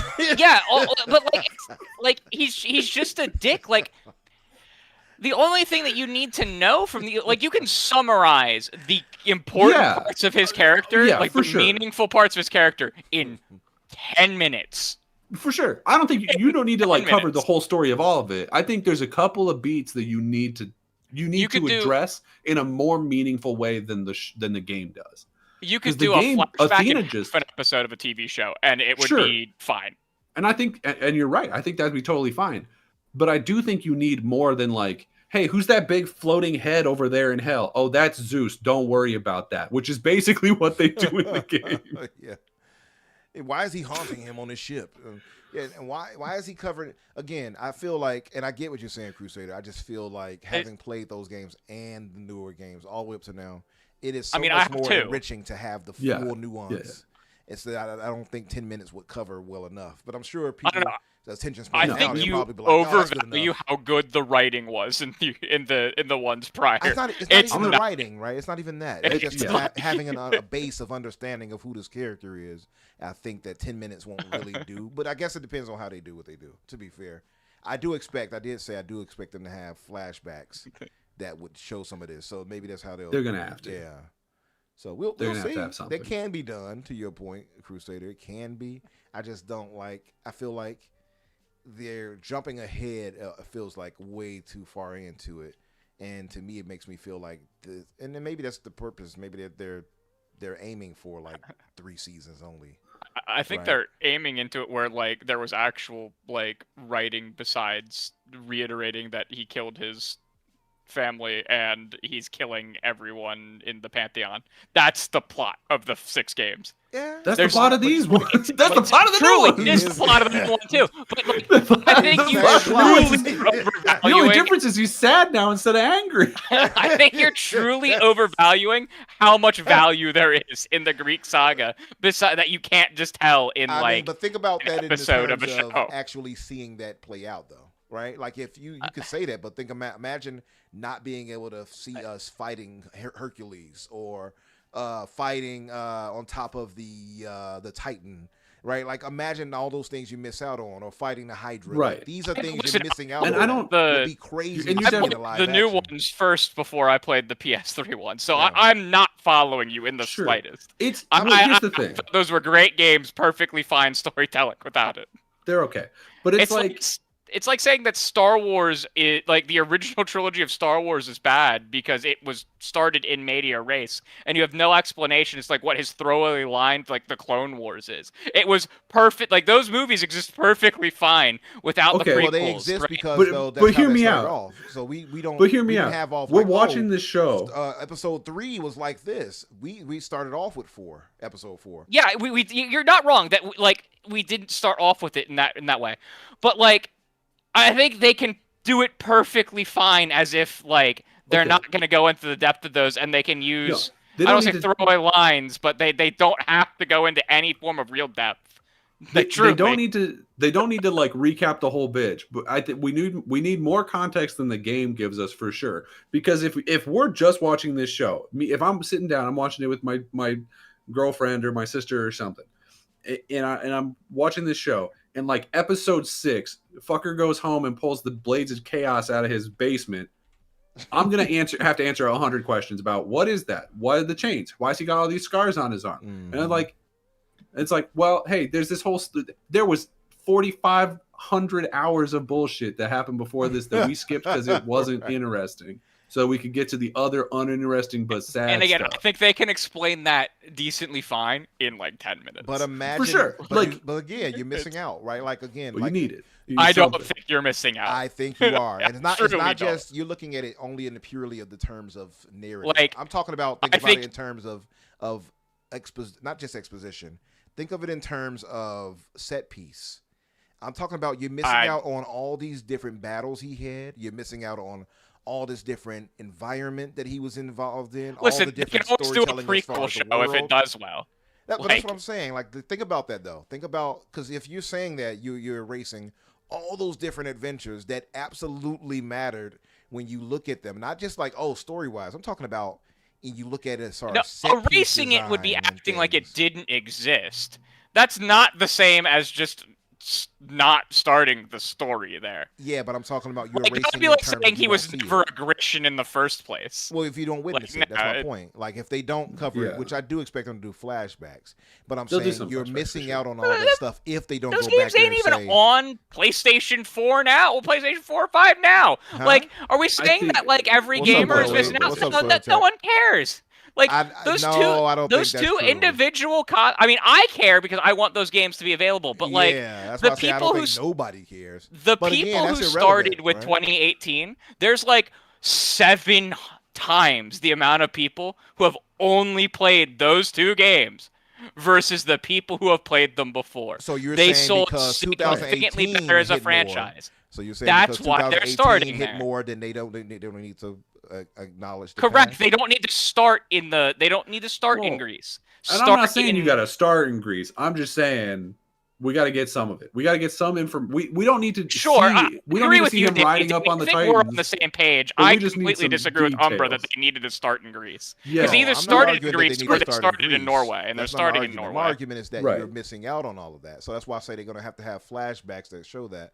And that's why I'm Well, saying if you're going straight I to also this think right that- here, if you're going straight to the 2018 version, if you will, you're missing out on all of that context, and those flashbacks had better be really good. Else we're going to miss out on a ton of major set pieces and things that help lead understanding of the things he went through as a character to get to where he's at.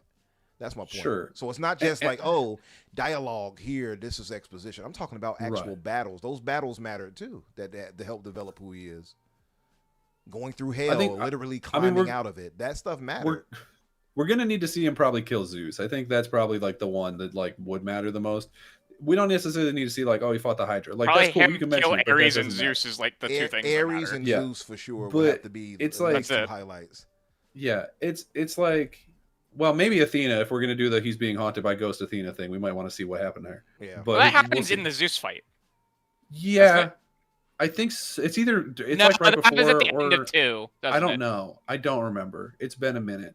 But my thing is like, because we're looking at the casting, right? Where they're like, hey, season 1 we've got Heimdall.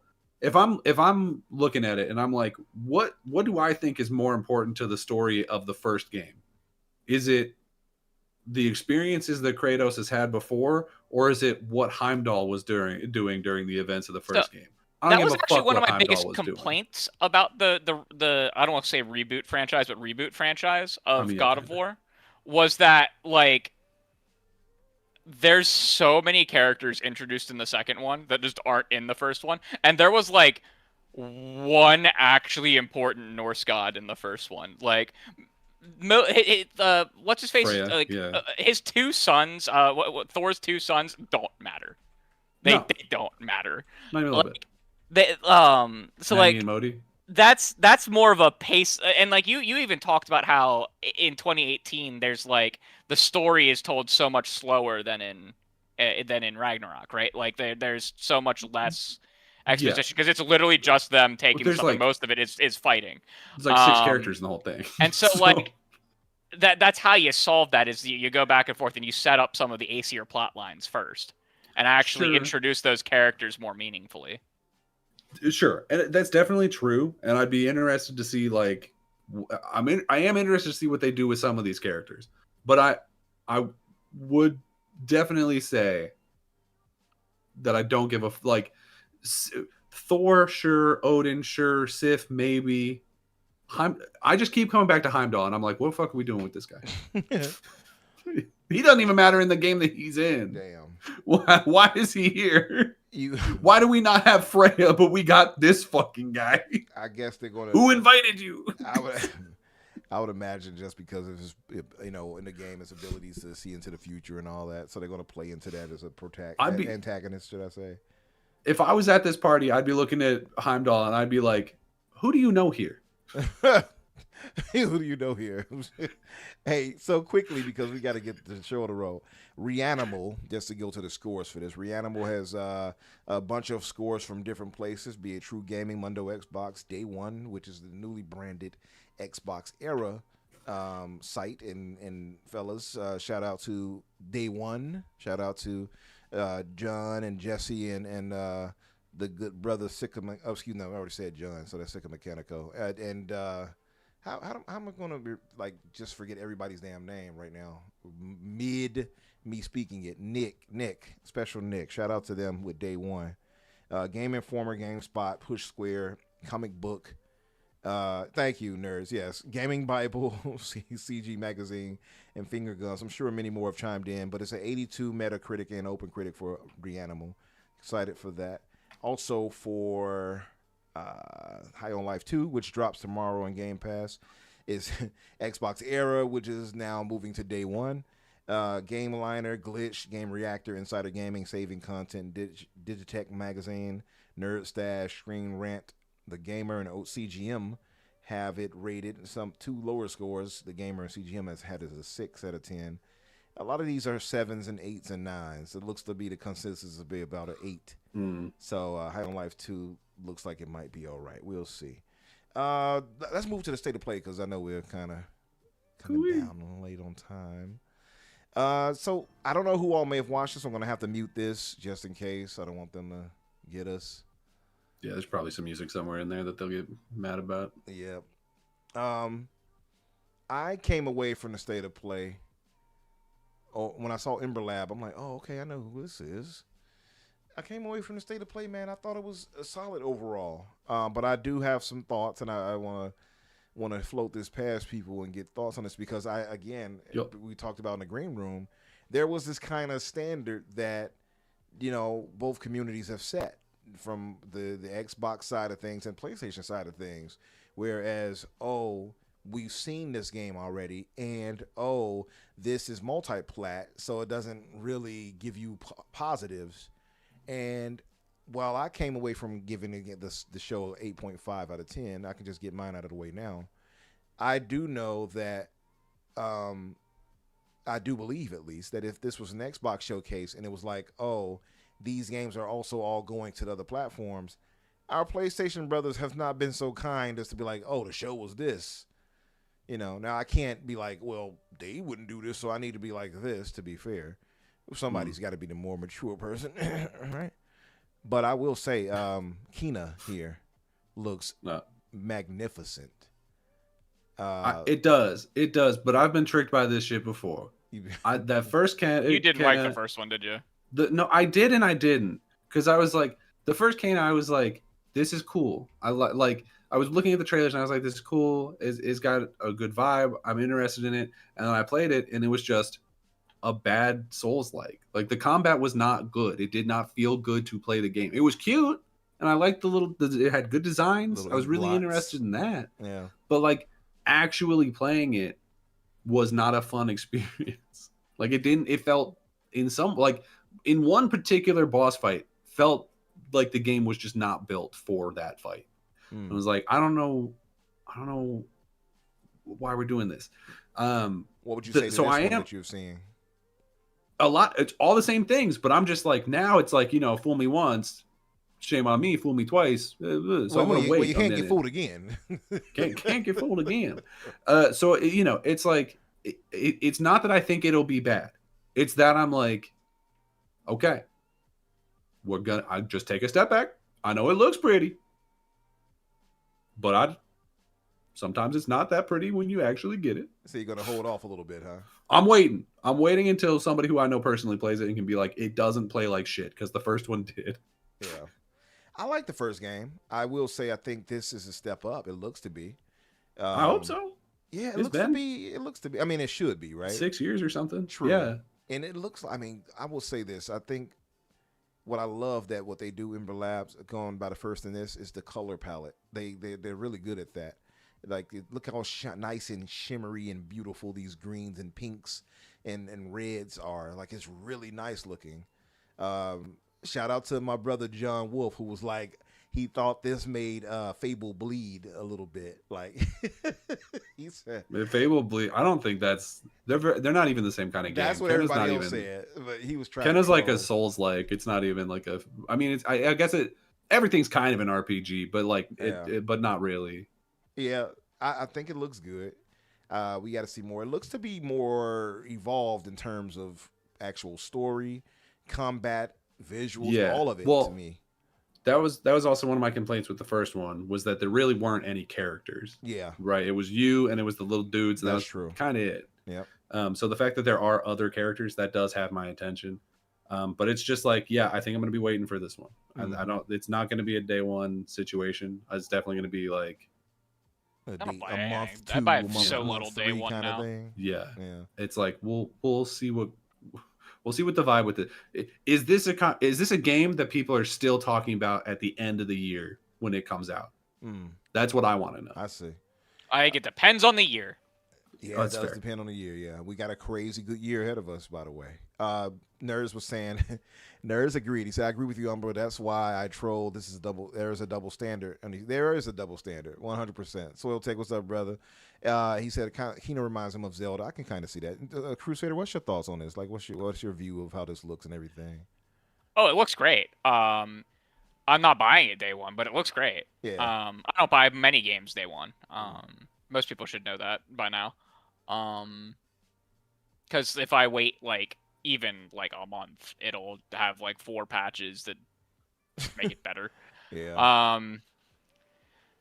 But this, I still need to play the first one. I own it. I have not played it yet. But this looks awesome. Mm-hmm. I love stylized art styles, and this looks like the first game got a bigger budget. For sure. Yeah, well, and that's everything exactly about this looks like the first game got a bigger budget. Mm-hmm. It reminds me of the glow up of Plague Tale Innocence to Requiem. Sure. It reminds me of the same thing, and because everything about Requiem was a step up. So this is it reminds me of that same kind of situation. Mm-hmm. I can see that, and I think the first game sold enough on all the platforms it eventually went to, from on PC and everything, and PlayStation, where it, they got enough money where it justifies that. I am wondering why this is avoiding the Xbox again, even though the first one eventually came to Xbox. It's being published by PlayStation this time, isn't it? It is, yeah. That's why. It'll definitely come to Xbox, and probably faster than the last one did, because I think the last one had a 3-year difference between it. Mm-hmm. This one, I wouldn't be surprised if this one's on Xbox like Maybe in 2027. 2027. 6 months. No, to a not year. 6 months. I would That'll say be a year. If, Yeah. if it's PlayStation, it'll be a But year it's- or 2 years. Yeah, that's a good point. Yeah, It's but it's PlayStation. not gonna be. Hell, it might be 3 years again. No, seeing how looking at Final No, Fantasy. I'm telling you, those times are coming down. They have Yeah. to, because the PlayStation, like, they don't make a ton of their own games. Their hardware sales are starting to slump, which, like, yes, everyone's are, but like Sony relies on PlayStation money. Mm-hmm. So like when those numbers start dropping because the economy across the world is ass, like they got to find places to make money, and they've made $2 billion or whatever dollars publishing other places, not including PC. You can't tell me that the shareholders that's only aren't... including PC.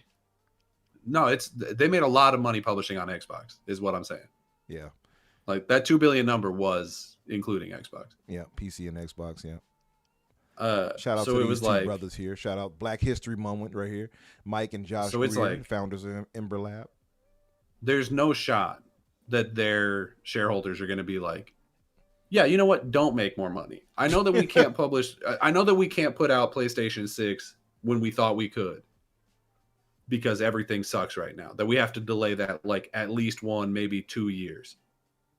But that's a hit that we, a company that is not doing super great financially, that we are able to stomach. PlayStation doing great financially. Sony, not so much. So it's like, They're we'll not going see. to turn down opportunities for it too much. Yeah, Absolutely I not. do agree. Absolutely I think the not. times are shortening for a fact. Well, I think the time for PC is shortening. In fact, you'll sure. notice that almost all the games that were exclusive Mhm. are they're exclusive but including PC. Yeah. Most of them. right. Yep. That's what's going to So shorten. I now- actually don't know if they'll ever bother to invest in actually releasing on Xbox Series at length. They won't already need done it to. Because once. you have to spend so much money to get Yeah. the things, and in like 3 years that they're just going to be able to release them on PC anyways. So True. like, why bother And spending? again, the next gen is going to That- have. that- Why did they Yeah. do it with access to the Helldivers? storefront, They're gonna. so- I guarantee they're gonna do it. Because I Helldivers has guarantee they're gonna do it. microtransactions. Sure. That's why. So like, that's why they'll do it with like multiplayer shit. Like there's a good chance that the unfortunate Horizon multiplayer game is gonna come to Xbox Why you call them faster. Because it doesn't. Because look fucking it's it's implicitly delaying my goddamn third game. I see. Sucker Punch here had the Ghost of Yotei Legends DLC. Looks pretty good. Some Yeah. people even enjoyed the previous one more than the main game. But yeah, looks pretty damn Yeah, I good. guess that's whatever. that one's also curious to me, because I'm like, having just finished Yotei like earlier last month. I was like, the one thing I don't like about this game is the fighting, because they made it overly complicated and gave you too many like weapons and shit, and so it just doesn't feel good anymore. So it's curious to me to be like, and we're doing a multiplayer sort of version of that, co-op, whatever the fuck it is. Like, oh, yeah, that's what I wanted, Yeah. not story DLC. Okay, cool. What's with the running toward this gate thing that's going on though? Like, is this like the? I don't know. The previous Legends game took place in like a fantasy. It wasn't like the same universe at all. It was similar Yeah. styles, but it was like we're fighting demons and shit. So I'm sure it's that. Yeah, definitely some demons. I saw the spider boss a minute ago, but I'm just wondering like why it seems like they're running towards this door. Like, do you have to like escape in a time? I'm wondering if some type of time limit. I have- I don't know. I I'm don't- sure that I they don't know how said it something plays. on the blog or something, but This was I know a lot of people when we were watching it in the on the party here. A lot of people were waiting just to see this right here, which is Death Stranding 2. And as soon as it pops up and he turns around, it's like, oh, captured on PC, and everybody was like, yeah, which we knew. I mean, when they were showing it, it had to be that. But yeah, and the Nix is right there, and it's coming That's to a- PC in March. So yeah, that's another one we're definitely getting on Xbox probably this year. oh yeah, I would imagine. And maybe I'll be later interested to this see year. if Nixus ports it, or if Nixus ports it and PlayStation publishes it, or if Kojima will do the porting to Xbox and 505 will publish it. That'll be Yeah. that's a key, like a big I would imagine it might be 505 again, but we'll see. That's a good point. I mean, if they're PlayStation already- has it- Well, done it. 505 did the PC version as well last time, so like that's the differential here. We go like I see what you're saying. Nixis and PlayStation were not involved with the PC Right. version of Death I- Stranding. I get you. So it could be PlayStation. Oh, it could Yeah. be Sony, should I say? Because they've done it. Yeah, before. I don't know why. I don't know why they would make it two different like people if they're already porting it. I pretty much guarantee that they're already working on an Xbox port for it, Yeah. and they just aren't ready to announce it yet. Like they just don't want to yet because they're like, oh, we're still making It sales hasn't or been a whatever full on year yet. PlayStation. Yeah, you know how it is. PlayStation is like so fucking gatekeepy about all of their exclusivity deals, where they're like, Yeah. you can't even talk about the fact that you're putting it on other consoles eventually. You can't even Mhm. say that shit. Yeah. It's in You their got to pretend that contracts. it's never going anywhere else until the day that our contract ends, and then you're probably already done with it. So you're just gonna basically shadow drop it after that. Yeah. like they're crazy about that shit. They are, and I think it's paid off for them. To be fair, too. I agree with you, nerds. This did look like a bore fest. Now we've already seen For Loop announced. This is not a new announcement. I think you were seeing clear more gameplay of it though. To that point, but I see these games, these live service games, and they just don't do anything for me.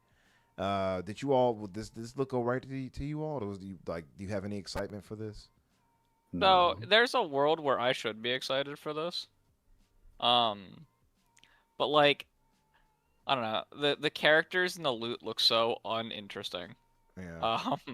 What's these like, nasty creatures about? I can easily be swayed to play a looter shooter co-op game. Yeah. Look at how many hours I had Destiny 2. Like, Mhm. easily can be persuaded. But like, I don't know. There's like parts of this that look really cool. Like Yeah. some of the enemy designs look really cool. The gunplay actually looks good. Mhm. But like, I don't know. It like a lot of it also looks really boring, and I just kind of don't want to. This is a game that like you could end up seeing me play.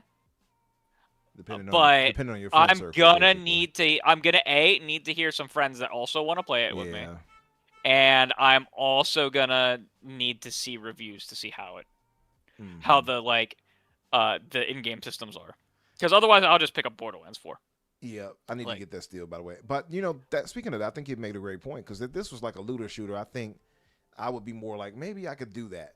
Some type of story. But it looked like it has a story to it, from what I'm seeing, somewhat. Yeah, and I think this is a 1 to 4 player game.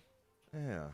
Like they're showing it, they're always showing it with 4 player, but I don't think you have to play it with 4 people. It does have some interesting stuff about it. I agree with you. Like the enemy design, some of the world design. This right here, like it's a lot of stuff going on. Shooting doesn't look to be too bad. Not all the way sold on it, but it looks okay. It looks capable.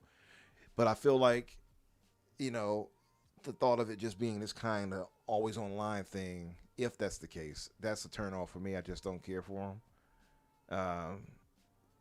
And I'm just not wowed by this. But if they, it could, like you say, it makes sense if more people around you are playing it. You might be more persuaded. For sure. Yeah. 100%. That's the reason I ended up playing, was it Lethal Company? Like I wouldn't have touched that game if my friends weren't like, you should come, it's a lot of fun. Mm-hmm. So yeah, there's a non-zero chance that I end up playing this, but me looking at it on the surface level, I don't think it aesthetically doesn't do anything for me. 100%. It's not a type of game that I care about. 50%. So I'm like, okay, cool. I'm happy for you guys, but I don't care. Yeah. Nerds called it the sci-fi version of Division. It seems that they were going for. I can kind of see that. Yeah. Yeah, maybe. Pragmata, did you all get a chance to check out the demo for this? I don't did play not. demos. Okay. I try not to as much. Do it here and there, very scarcely. So I hear what you're saying. I did hear a lot of positives about this from everyone who played it. They did like it. And that was. It looks great. I want Yeah. to play. I want to get this game. That's- But It's weird. That's like not what I had heard. I heard that the combat of it was like incredibly repetitive. oh wow. Yeah. Some people are not feeling it at all, huh? Somebody was saying I that mean- it felt like you the big daddy with the girl on your back, like off BioShock and stuff. yeah, I had heard it felt like a combination of BioShock plus Dead Space Mm. to play. Which Dead Space has incredibly repetitive gameplay, but Am I like thinking of a different game or something? Because I remember specifically people being like, "Yeah, because you have to hack the enemies or some shit." Is that this? I think you might be don't think right. so. I did see something like, well, we're about to see anyway, right? Maybe? Well, let's find I out. don't know. Yeah, see. because specifically, I mean, and it's not like friends of mine that was saying this. To be fair, it was like the kind of funny guys and the IGN guys. Like I was like actual previews for it. I remember specifically they were talking about like, yeah, the combat is incredibly repetitive. Like you're doing the same hacking thing like over and over again, and it never feels good. I guess we weren't going to see it, but yeah. Maybe I'm thinking of a different game. I'll check it out another time. This is Resident Evil 9, which looks great. Again, though, we had already seen this. They didn't really showcase. Well, they showed a few new things that we didn't see before, I suppose. Yeah, but they showed us a big fucking spoiler. They did, yeah. Which I won't say what it is if anyone didn't see it or didn't notice it.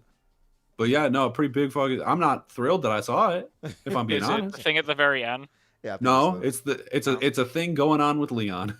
Oh, two things. I count them as two then, because I thought the thing at the end was what you were talking about, but the other one. I get what you're saying too. That is a spoiler, but we already knew that one. They showed that off, and like I guess they didn't specifically say that Leon was going to go there, but we saw it like in the first. Oh, I think we're talking about another different thing.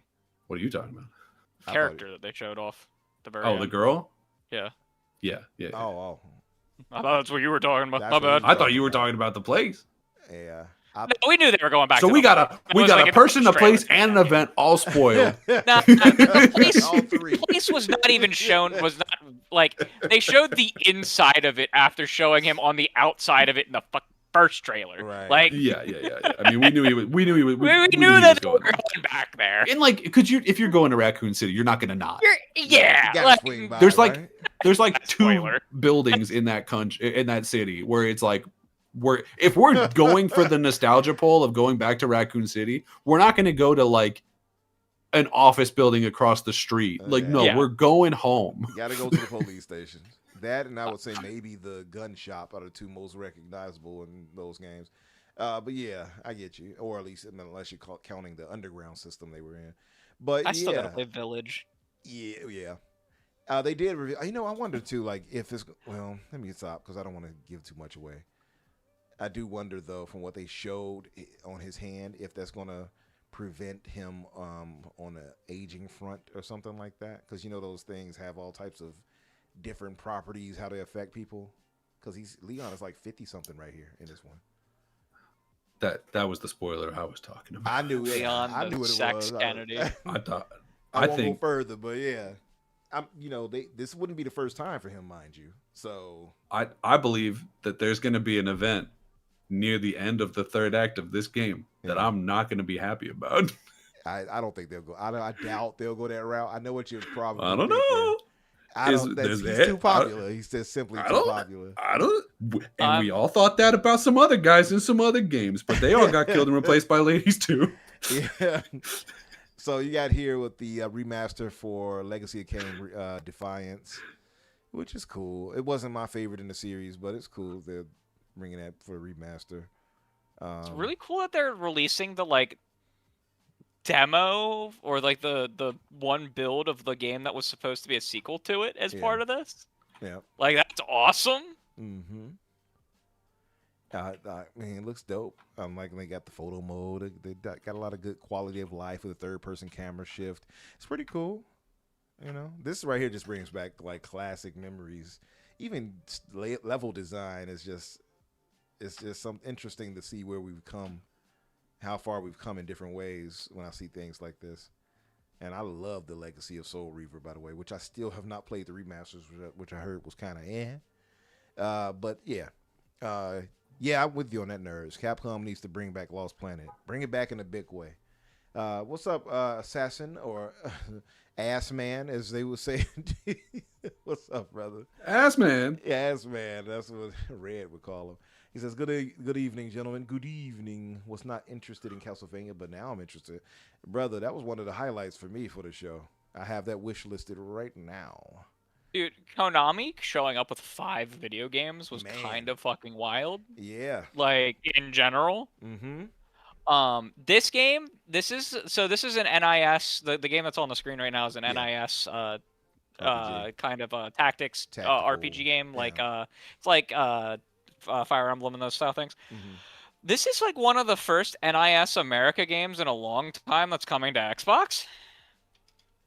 I'm pretty sure because NIS America doesn't release things for Xbox normally. Yeah, Brigadine Abyss. Shout out to Slow-Mo. He was excited for that one. Yeah, I have a friend who's like already wishlisted this because he plays like every one of these tile-based strategy games that is like ever released. Yeah, the tile-based things kind of throw me off when I see that. It's like, what am I playing here?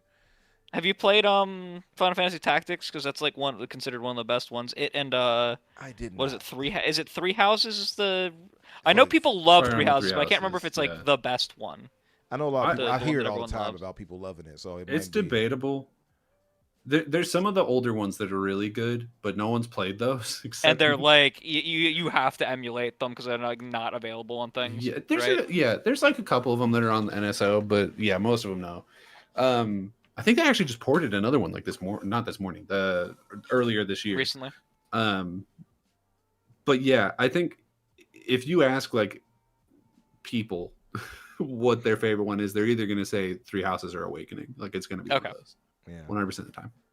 Because I think my one friend loves Path of Radiance a lot. If that is a video game, if I'm not mixing that with a different franchise. Okay. And that one is good. I like that one. So Dead or Alive. I like that. I like Sacred Stones. The last round is the DLC. Get all the previous DLC drops into one game here, and they announced Dead or at least they kind of announced it. Dead or Alive 7, which they're they announced a new one. Yep. I think they also announced new characters in general for 6 too, didn't they? I think I thought they would do. I think it said new characters and new costumes. Oh. I don't remember it was new. I don't think it was new characters. From what I remember, it was characters that were previously DLC or just in the base version of this game. That's what I thought he said. Yeah, it was previous characters they had released rather for DLC. That it's just a full package game now that you just get. Kind of like how Capcom does with Street Fighter. The same thing. Or Tekken. Tekken does it too. Namco. It's like a Game of the Year edition or something. Pretty much. 30th anniversary. Yeah, Dawn, a new chapter awaits.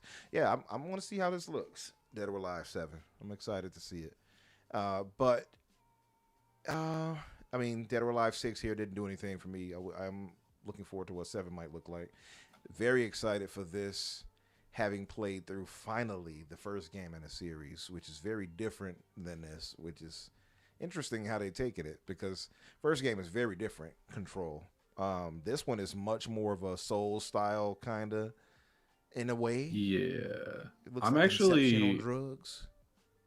No, so this is like hello, we're playing Infamous or Prototype. Yeah, the open world ish aspect of this puts me off because it's like, hey, that's not what I came here for.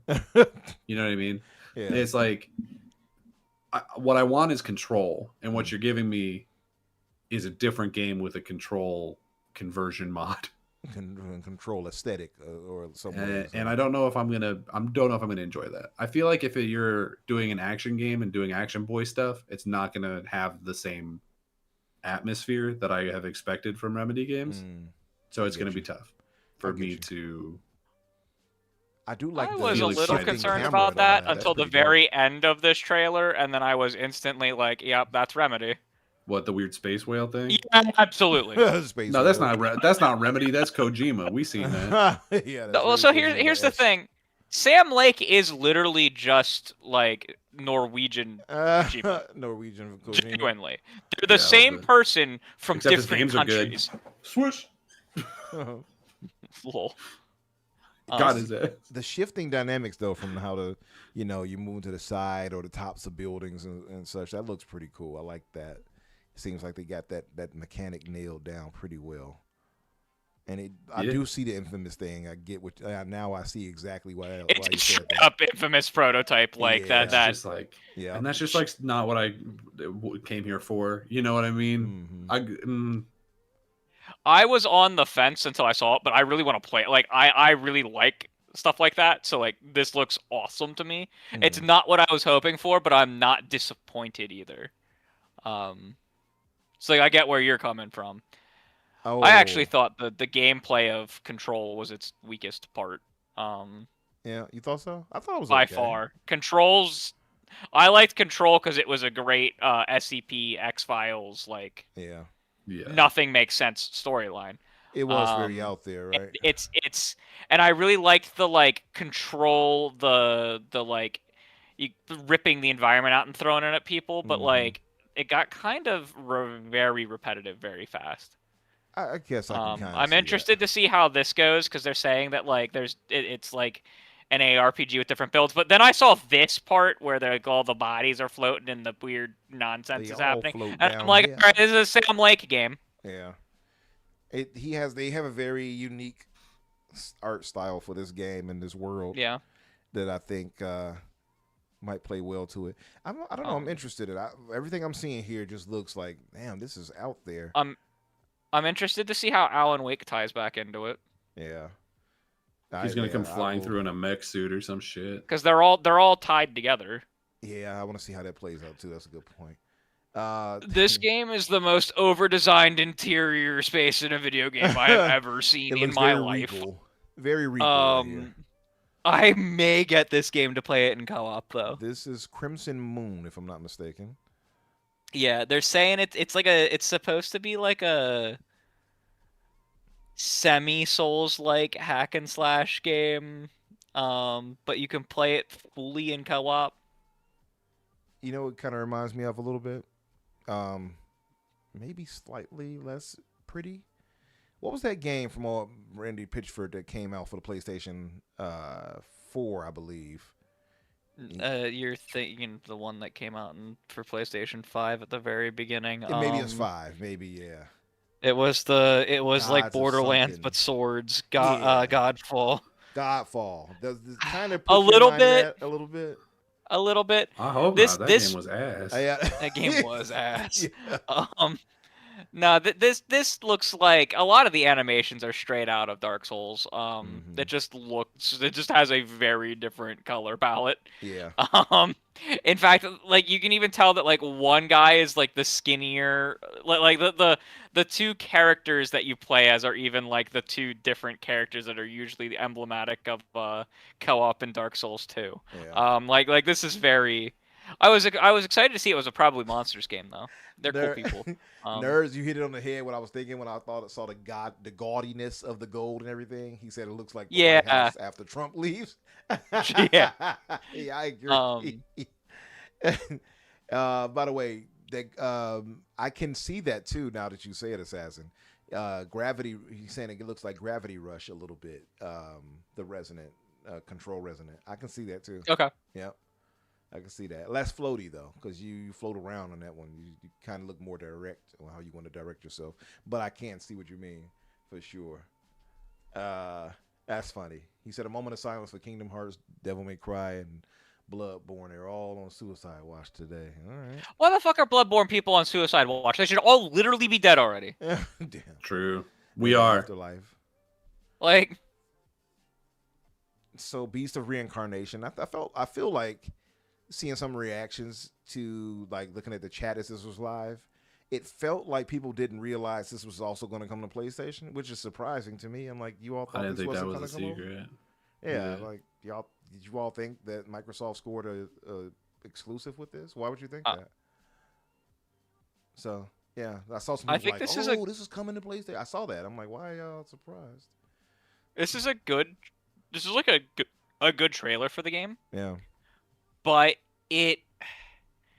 after seeing the like full gameplay breakdown at Xbox, I don't think it's very representative of what what you're actually doing in gameplay. Because like this makes it look more Souls-like, whereas the actual like extended gameplay we got at the Dev Direct made it look far closer to something like Nier. Yeah, I guess I can see that.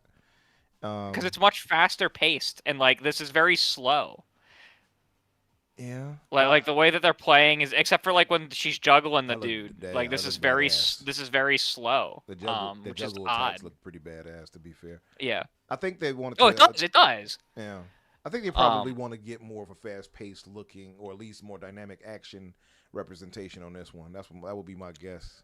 Well, and like that's what the game looks like. Like when you actually like watch like the extended gameplay, that's what it looks like. Like this just makes it looks more like a Souls-like. I thought this trailer was really weird. Like it doesn't look bad here. It just like looks off from like it looks like all the other times we saw it, except for the Xbox showcase where like we actually saw it.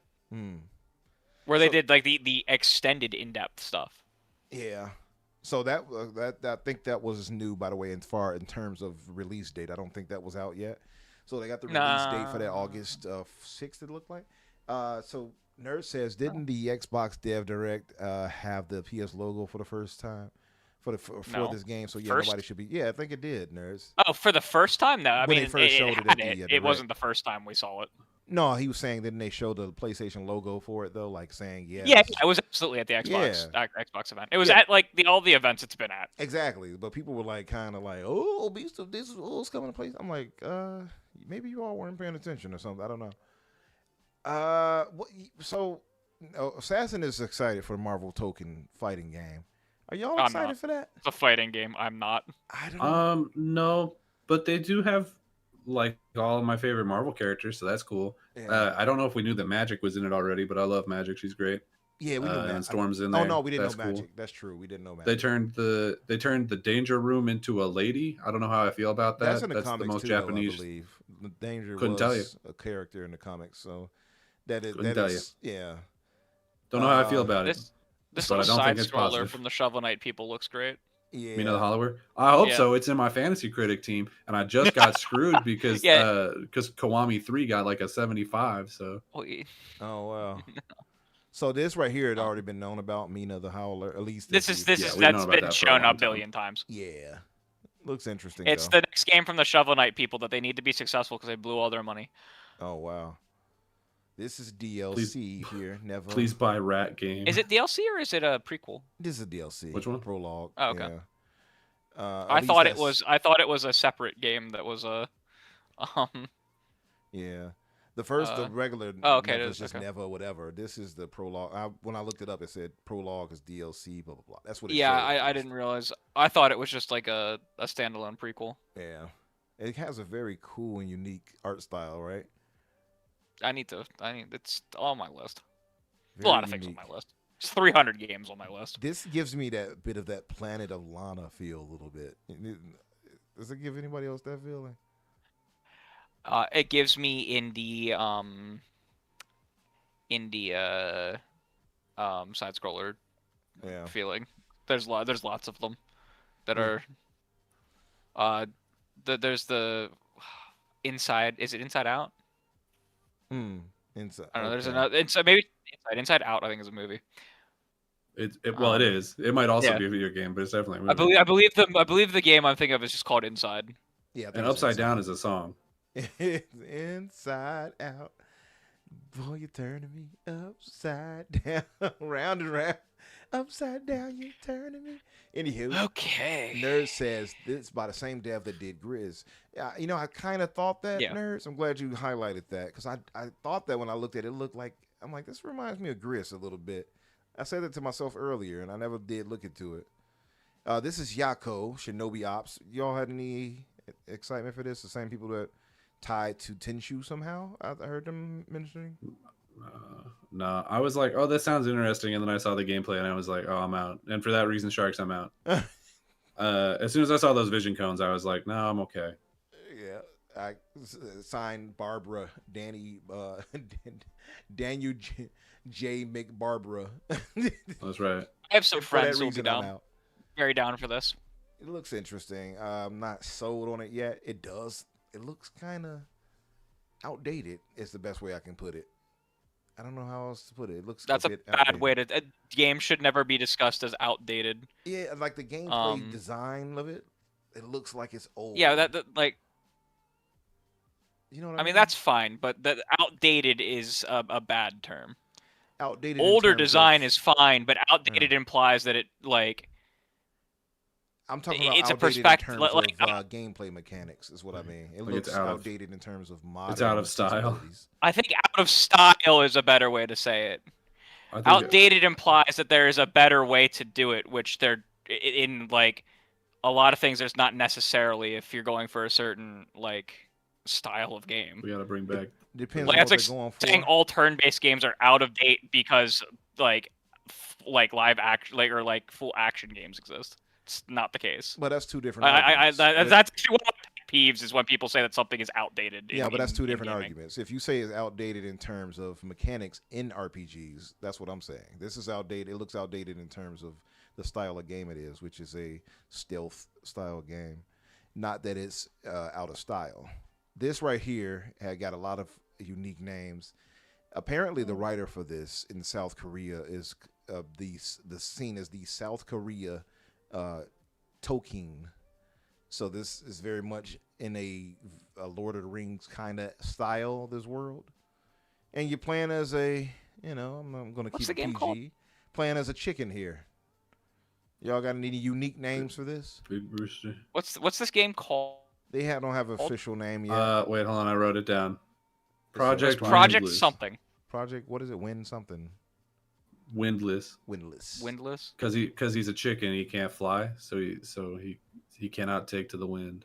I see Black Myth Wukong all over this, by the way, as I see this. I see Black Myth Pukong all over this. I think it looks like booty cheeks.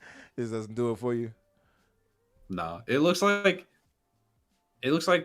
that exact same style of game that I've seen 100 times. Like, I feel like every time we get a showcase like this, it's like, and here's this new game coming out of probably China, and they all look like this. And this one's like a Musou game instead of a Souls game, which is somewhat more interesting. Yeah. And I was like, okay, maybe. And then they were like, and you play as a chicken. And I was like, no, I'm okay. I think I'm good. Actually, what are you? I made a joke. I made a joke in what's the green room interesting that is the final boss was going to be Peter Griffin. Published by a Japanese publisher, but the studio's in Canada. It's Montreal. Interesting. Oh, it did say that, didn't it? Crafton went Montreal. I usually Crafton's publishing it, and there it is. we so far the only platform confirmed for this is PS5. They have not said anything else. Yeah, I'm pretty certain it's coming to PC as well. But that looks really interesting to me. Assassin called it cock of war. At first, I thought it was like we were doing a sequel to the Ubisoft Avatar game because I saw a blue lady. And I was like, oh, is this like a DLC or like a sequel to that? Because sure, maybe, whatever. I didn't play that, but some people liked it. Yeah. And then they were like, nah, check this out. Babak? And I said, no. Gray, I see that. He said my ears. I blessed your ears with that. I don't know why you, Gray. Like, come on. I just made your day. You know it. They say Chicken King, Kentucky May Fry, God, Cock of War, Foghorn Leghorn game, the Tender Prince, the Chicken Tender Prince. How about that? Do you think it's gonna turn out that he's not a chicken? He's like an eagle or some shit. They're gonna be like, no, he's a different bird, and we're gonna be like, mm-hmm. You know, there's an anime where coming out. There's a manga for it too. Where you play as this chicken that not play as just this chicken that goes around. Well, yeah, I forgot the name of it, but quite literally, it's called similar in the face. It says it's called I got reincarnated as a chicken in another world or some shit. That time I got reincarnated as a chicken inside of Isekai, blah, blah, blah. These ridiculous A vending titles. machine fell on me and now I'm a chicken. Right. In another world. So we've seen Galactic Racer announced, of course. This is the first time we're seeing actual gameplay for it like this. It looks damn good. You all excited looks for neat. this? Any excitement? I mean, I'm not going to play it, but it looks real good. Yeah. I will say that. I mean, it's not the type of game that I care about. I understand that people really like those pod racing games. And it did take me an embarrassingly long amount of time to realize it was the Star Wars one. I was like, is this just like a ripoff of Pod Racer? And it kind of is, but it's a licensed one at least. Yeah. And so I was like, oh, no, this is that one. Look, I'm sure it'll do well. It looks good, but it's just not, I'm not a racing game guy, even if it's in space. Yeah. In space. What about you, Crusader? You got any excitement for it? It's whatever. Yeah. What about? I'm excited that they're making a wide variety of Star Wars games again. Yeah, I am happy like, with that too. I'm implicitly excited because it exists. That's it. That makes sense. Show me the dating sim. And that's a good thought to have, right? Because sometimes not every game has to appeal to everybody, but to have we had it like where it's there. 4 Star Wars games in general, in like when EA was in control. So like it's nice to just see more Star Wars games being developed diversity. in general. Are you saying diversity matters? Yes. Yes. Okay. Now y'all know Crusader is woke. No, I'm joking. I'm woke as shit. I'll proudly say I'm woke as shit. There you go, my brother. So First Light looks good to me. I know some people kind of like, I'm actually excited for First Light. Now, this didn't do anything for me in this showcase. No, I already feel like I know everything about this game that I need to know. Yeah, I'm in the same boat. Like I've seen enough. I don't need any more. I'm definitely getting it, but I feel like it doesn't. It's not getting the energy it feels like from people mostly. It seems like kind of like it's 007. But I'm actually pretty excited to play that when it comes out eventually in May. What is this? Nerd says I did like the N64 pod race. Oh, that's a classic, man. This is definitely a spiritual successor for sure. It's a classic. It was so funny when they announced that at the Game Awards. My friend made a joke that like, watch them announce a new Pod Racer game here, and like 3 trailers later they did, and he turned on his camera and stared at us. Oh, he was just kind of like, guessing like he must have knowledge heard of this. rumor. I swear to Christ.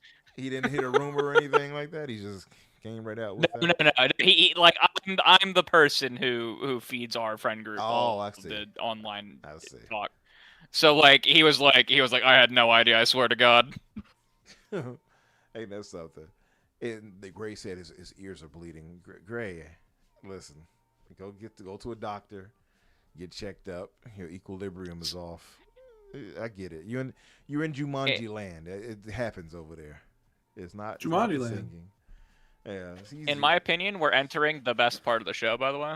Yeah. Oh, now this right here. I can't believe I'm saying Konami is back, but my back, fucking baby. God, is Konami back? Yes, sir. Now, how long? It just has it kept been, Crusader? going. How long has it been since we finally had Metal Gear Solid 4 that's actually going to another platform aside from the PS3? Well, when did Metal Gear Solid 4 come out? How long has that been? Let me look at this to make sure. I got you. I'm already typing it in. Okay. We finally got. It came out in 2008, so it has been Whoa. 18 years. Almost 20 years. We finally got Metal Gear Solid 4 in a watchable. You'll note I didn't say playable state again. That's great. I'm really excited about that. I genuinely have been wanting to play this game again for a long time and like have not. You mean watch the game again? Yeah. Yeah. I don't have a PS3 anymore, so it's not important. Like I can't. So I don't have a way to do it. I'm mad they delisted Peace Walker, though. Yeah. It's a real shame that they're weighing down Metal Gear 4 with this lead weight called Peace Walker. That really I'm mad they delisted the 360 version though. Like, there's no reason. Is it not just in that collection? The other pieces of that collection also got delisted.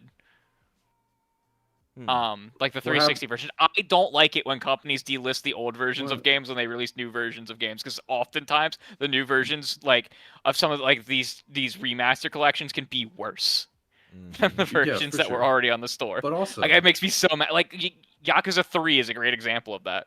Like, right. You might not necessarily think the gameplay of Yakuza 3 is better than Kiwami, but there's so much more content in the original version of 3 than there was in Kiwami, and now you can't purchase that. It's annoying. Yeah.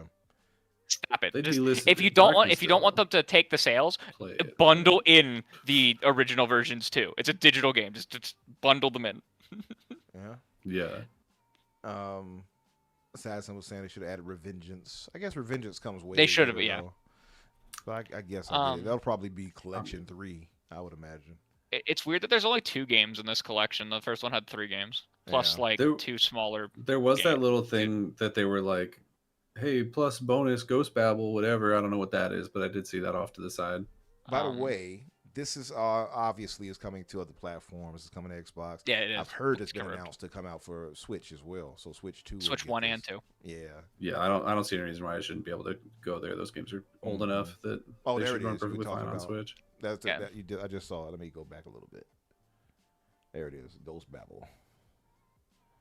What the fuck? Yeah. So there's like a Ghost Babble. I don't know if that's like the game or if it's, because the old collection that I had for 360,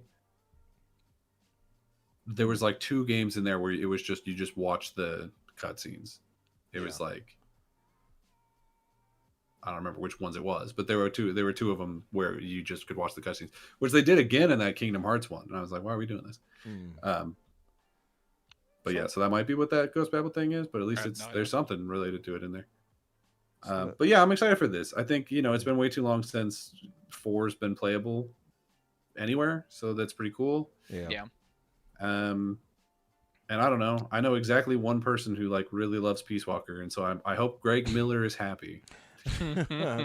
Celebration. So this is Darwin's Paradox. Didn't this already come out? Is this just like DLC or something? I have no idea what this is. But I've never there is heard a of this Darwin's game in my Paradox life. game, but I think this is either I've- a sequel or DLC. I've never heard of this game in my life. And like, No, there's no reason the to way have they heard were of it. talking during the show, I thought they were about to announce a new fucking Metal Gear game, and then it Wouldn't turned that have into an been cool? octopus. And my friend and I, who were in Discord watching this together, have never been more confused in our lives as to what this was. Yeah, that sounds about right. That's understandable. Yeah, I don't know. But next, I don't care. I have nothing to say about Octopus, whatever the hell. It's Darwin's coming out butthole. on April 2nd, it looks like. Yeah. And then we got the good one. I'm trying to remember what the next one that was announced was. Is it not the Silent Hill one? Is that the next thing in the show? It could be. We're in the Konami This was- section. This Did was Umbra number die? 3. Oh, bro. Number 4 is Castlevania. The last one was Silent Hill. Oh. Yeah, I don't. So okay. So if Castlevania is next, I don't care about Castlevania. That's not to say I think it looks bad, but I don't care.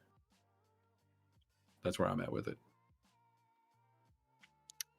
I think I like Metroidvanias. There's a bunch that I've purchased that I need to play, but this one looks great. So I love Metroidvanias, and this looks fantastic. The art style is glorious. Yeah, the art style is nice. Also, I wonder, is this Simon's daughter? It's obviously she's dressed much like him, and it's Simon's curse. This one, and but I wonder if she's clearly related to the Belmonts. I just wonder Belmont's if it's his Curse. daughter. Yeah, they called somebody Trevor in it, and I was like, Yeah, that's they not mentioned That's not a Trevor. good name for a demon hunter. That's a bad name. Trevor. Yeah, Trevor so this Belmont could is one of the be classic ones too. Yeah.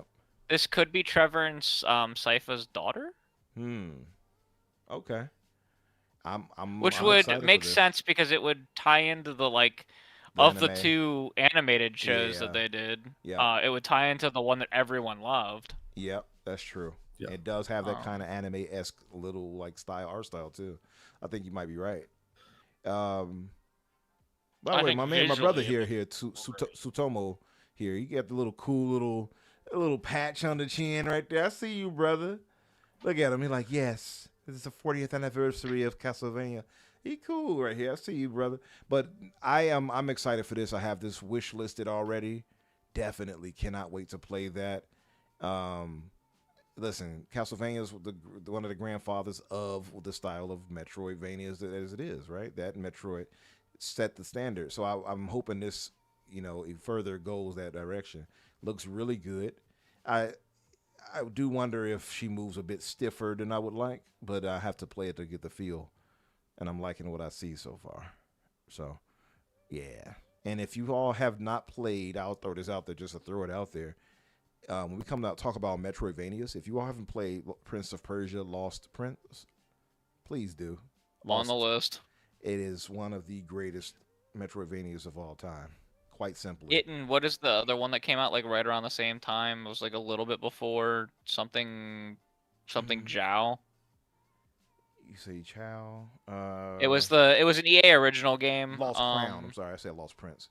Yeah, there was an EA original game that was also came out around that same time. I think it was something Zhao. Let me think Oh, on that. Tales of Kenzera Zhao. Oh, Thank you. Yes, that's right. it. That's right. That's That's right. it. And I own that and still couldn't remember. I'm like, Zhao. Yeah, I know that came out around the same time and was also received fairly well. I need to Yeah. play that one too. I own both of them. Yep.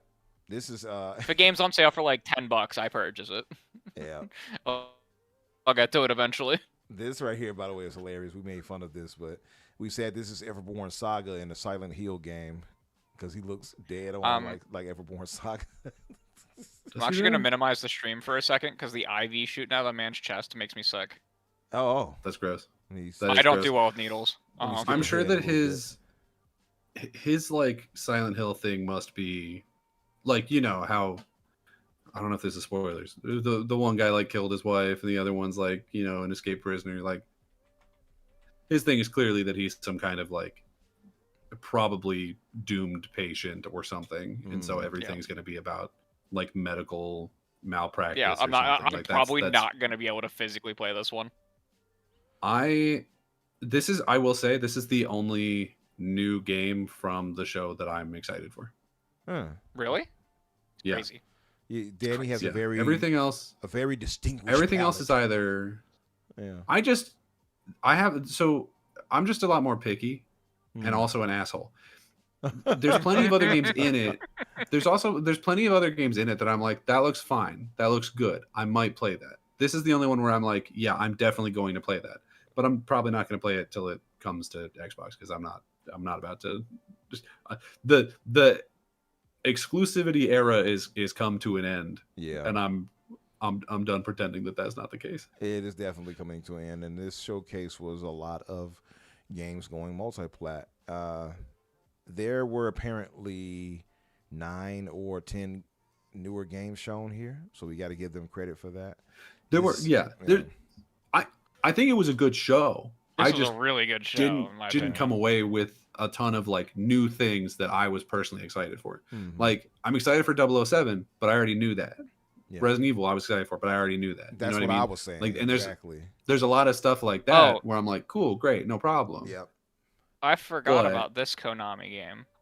Oh, the anime one? This was my I was really excited for this because I didn't realize they said Konami at the beginning, and I thought they were announcing a new fucking Tales of game because it looks like a Tales of game. My friend had to correct me and say that this is a Konami game. It's not a Bandai Namco. I forgot. And I was like, oh, because I looked at this. I'm like, oh my god, it's a new Tales of game because it looks like Tales of Arise. I literally thought it was a Tales game. I said the exact same thing. I was like, is this a Tales of?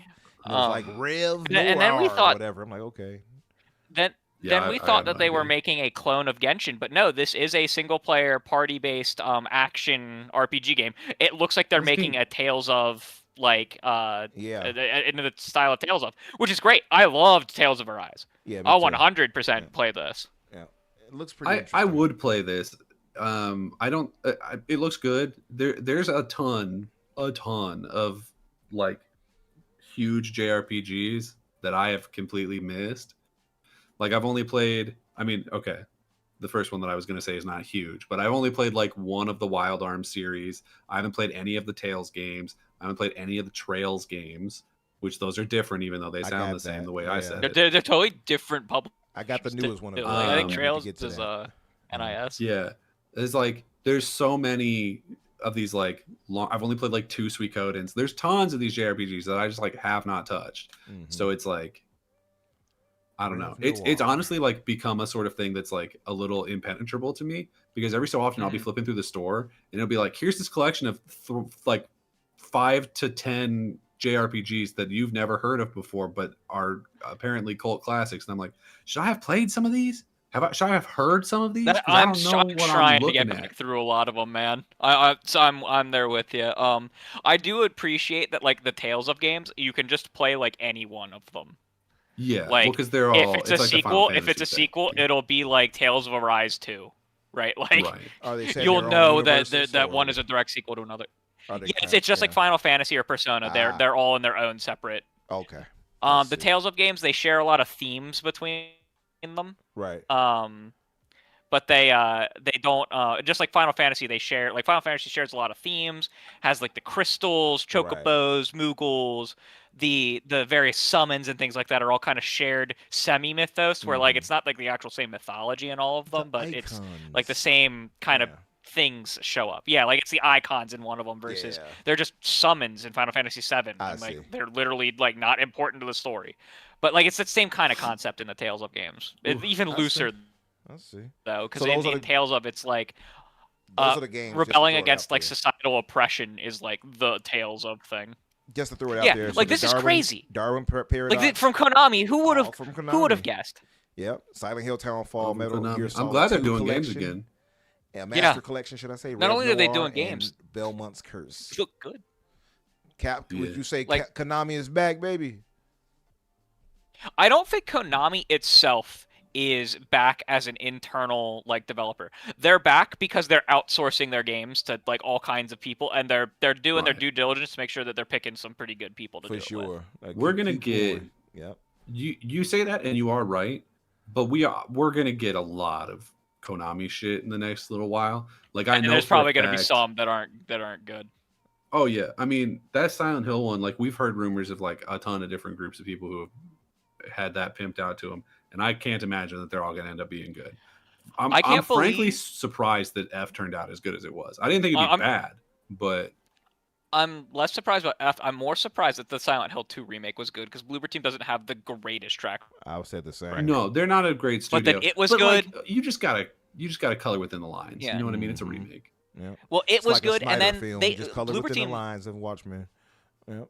Bloober Team also released that awesome horror game last year, Chronos: New Dawn. Oh, It's a yeah, great I heard game. it You was should pretty play good. it. I gotta get It's to great. that. It's fantastic. Yeah, I gotta get to It's It's a that. horror game. Glad you reminded me. Yeah, it's a Dead Space like. Didn't know that. Yeah. It's great. I totally recommend. It's not quite as good as Dead Space, but you can tell it's not made on the same budget as Dead Space. So I've heard good things about it. I gotta check it out. This is a John Wick game? Yeah, go ahead. oh yeah. Now, this was kind of crazy to see all this nice little CGI. Then you see the actual game. It's like, when was this made? It looks very old in terms of. Well, not I can old. tell you. It looks more like somebody put it as a mobile game. That somebody had said.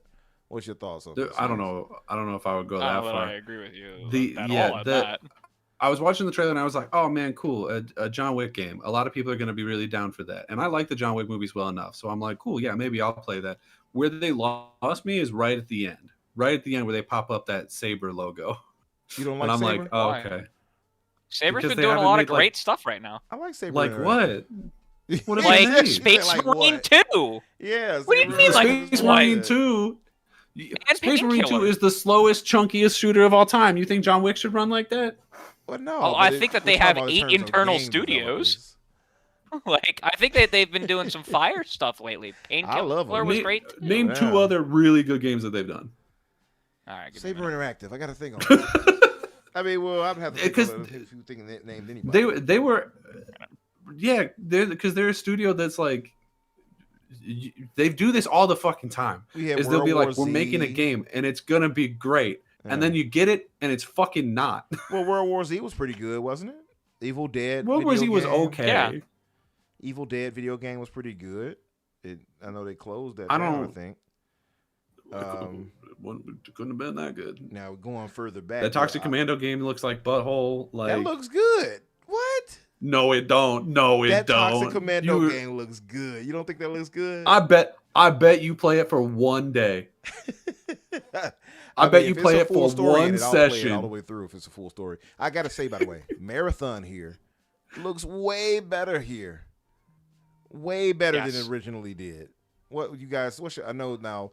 Of course, Crusader is our resident I'm- Bungie fan. What's your thoughts on this? Man?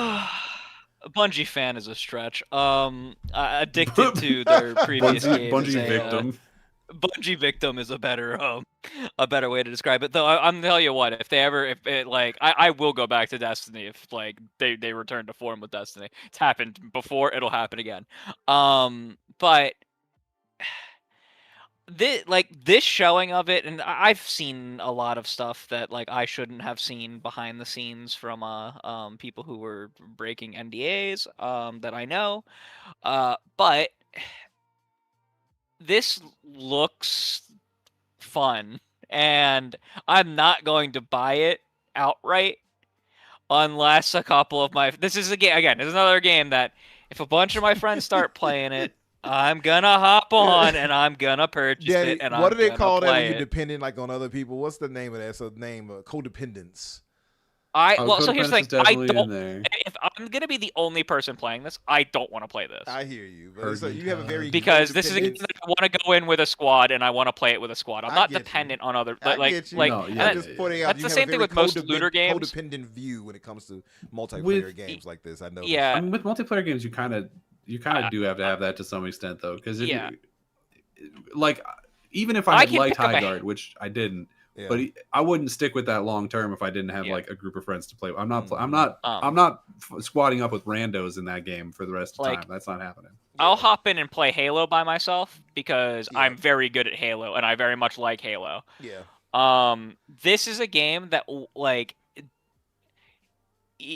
you play literally better and it's more fun when you and your squad are going in together, looting these things and fighting encounters together, and I get getting up it. to shenanigans. Yeah.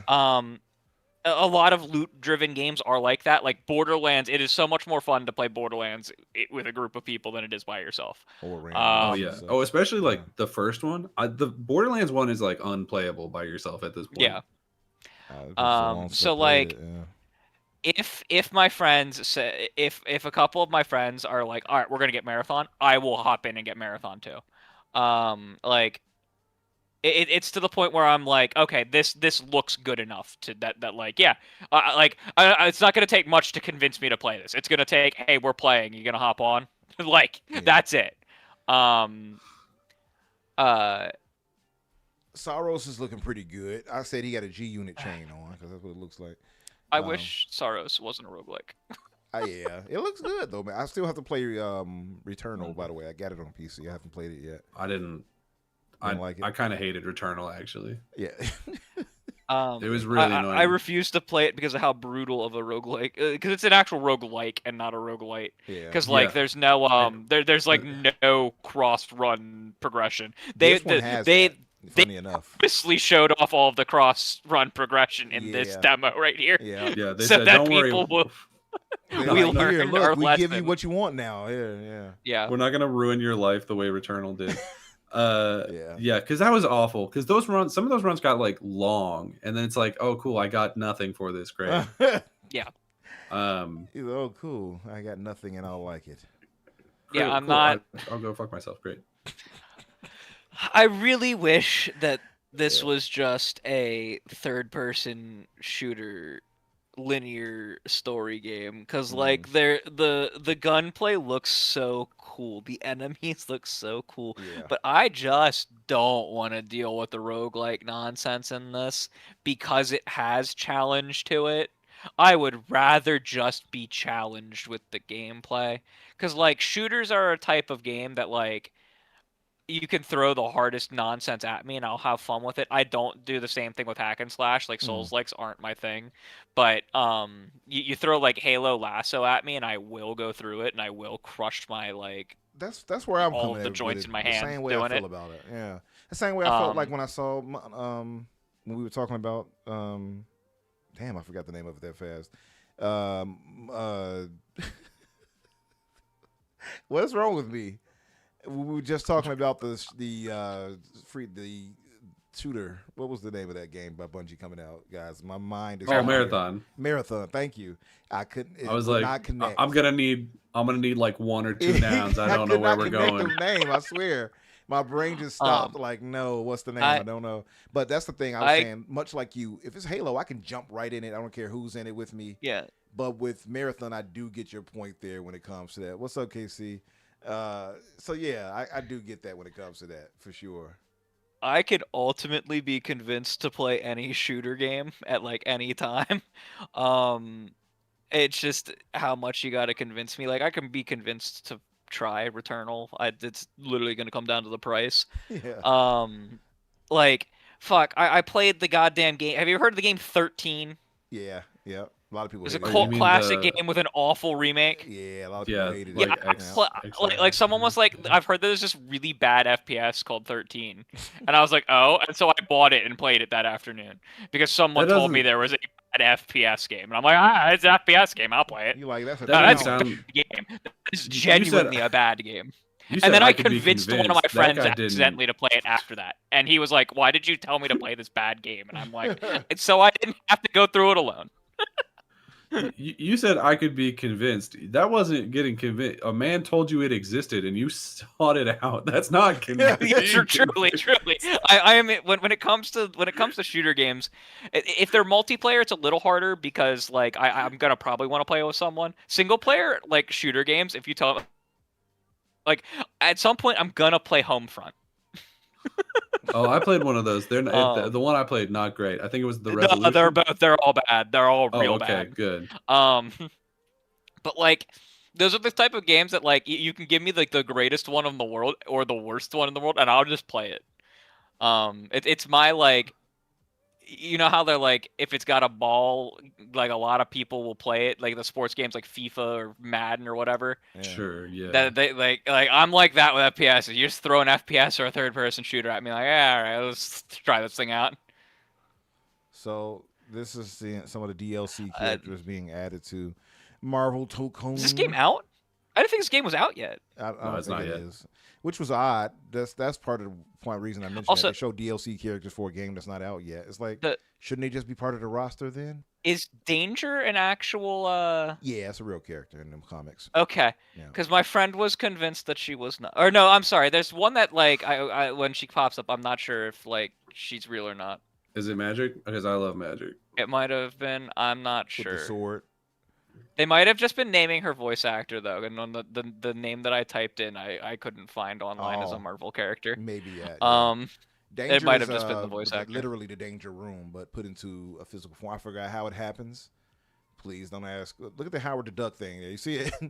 But that's so funny. But I do know that Danger is a real character. I just wonder though, like, oh, here's DLC, and it's like, well, the game is not out though. Like, shouldn't it just be a part nah, of the that's a fighting game and racing game and like kart racer thing. Like, yeah, they're gonna list the characters that are coming post launch.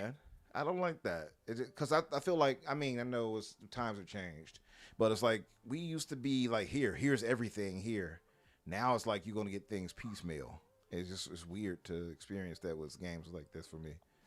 And I don't think their roster is that big anyway to start off with. Yeah, that's very fair. Look at Nightcrawler in the background. I just noticed that. And Gambit, I see him back there. Neither of whom are currently announced as being playable. Yeah, odd. Just for the record. All right. I see Angel. I see Beast. Professor X. I'm not a. Yeah, it's a beautiful game, by the way. I think it's a nice art style and everything. Iceman. Yeah, there. Sure. Yeah, I just don't think it would be. This is not. I have like literal no excitement for this whatsoever. I look at every fighting game and I genuinely am like, it's just a different skin on the same game. And I know that is the equivalent of saying Call of Duty is the same as Halo. I know that is what that is saying. But I genuinely look at every fighting game and like like outside of like the brutality of like fatalities in Mortal Kombat or like the art style, I'm just like, this looks the same to me. I get you. And I'm just so disinterested. Yeah, I'm so out of that genre that I'm like, it's another fighting game. Yeah. I'm happy for you if you're happy. So this was announced, and this got a big reaction, which I'll kind of fast forward it. Which one is this? Oh yeah. I screamed when this was announced. I'm a little worried about this though. What's so? I'm worried that they're gonna remake it in the style of 2018 and not remake it as an actual like the hack and slashes that they were. You know, it's interesting. I actually hope we're gonna be really lucky. We're gonna hope we're gonna get really lucky if it's not just like a bare minimum fucking like graphic overhaul. Like that's all I want. Scenario. I only want these games to be put on the fucking PS2 emulator. So like I'm gonna take what I can get. I'm just. Are you not able to stream them on PS Now? Is that not a thing? I think you listen. You can. You just said the words "stream them" on PS Now. Look, man, I've got my PS2 plugged in. I don't need this. I mean, I can play them on my PS3 if I want, but I'd much rather play them with like an actual resolution for the UI that doesn't look like it'd be great 480p on a 4K screen. I'll say this, like I had the opposite reaction. I was like, I want them to update it visually to today's standards, but also visually. I'm not talking visually, but like the you're talking about games because there's nothing things like that in the world. I would want them to expand on that too, not just be like, oh, here's the exact copy of that. I do get that too. No, that's fine. But like I don't want them to shift the actual gameplay genre that the games were, because like they're the way that the new ones play very differently from the Devil May Cry style hack and slash combat of the originals. I don't want them to shift the genre. No, I don't want them to. Yeah. Right, I'm that's with you. that's what I'm trying to say. Yeah, They can the make it original play ones were- better. I don't care if they add Right. But mechanics. keep the essence of what it was. I got you. I don't want them to shift it to it plays like Modern God of War. Yeah. Ragnarok. Yeah. If it's not a character action game when it comes out, then Like I Why want do it to we be a bother? character action game like Yeah. Devil May Cry. That's purely level based. And you move on, I get not it. a semi-open zone Yeah. No. kind of hack and slash action game. I'm with you. Ooh, I if think they and I got think me. they will personally keep the spirit of that. I don't think they'll go away from that.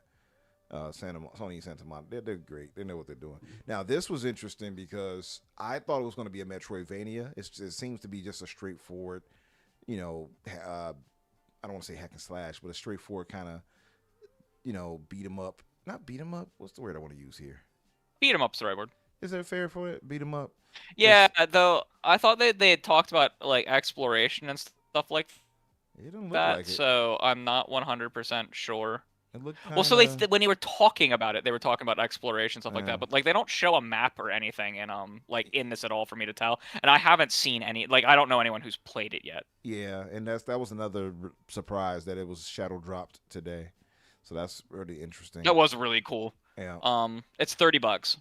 Yeah, I think I'll get it. I haven't turned that PlayStation on in so long. I was kind of hoping that this was like, oh, coming to PC and PlayStation. I was like, yeah, but no, it's just PlayStation. And I was like, ah. So I will get this, or I could wait. I'm not in any rush, so I don't need to do it. But excited that they're diving more into their property like this. God of War, Sons of Sparta. Available 20. Yeah, it was funny when it showed that available 2026. Now Yeah. I'm like, okay, get out of here. Today, This game may also be coming to at least the Switch. you think so? It's not today, not today. Yeah, maybe But 6 months time there or was a so. lot of reports that they were considering putting this on at least Switch, and Yeah. that makes sense because it would fit that audience really well. It would fit a handheld really well. Same Mhm. reason why, like before Xbox even started porting stuff multi-platform, that they put Ori on the Switch. Yeah, I can see that. And obviously, this will likely come to PC maybe in 6 months' time to a year. So, like you said earlier, and Danny, like the time is shortening.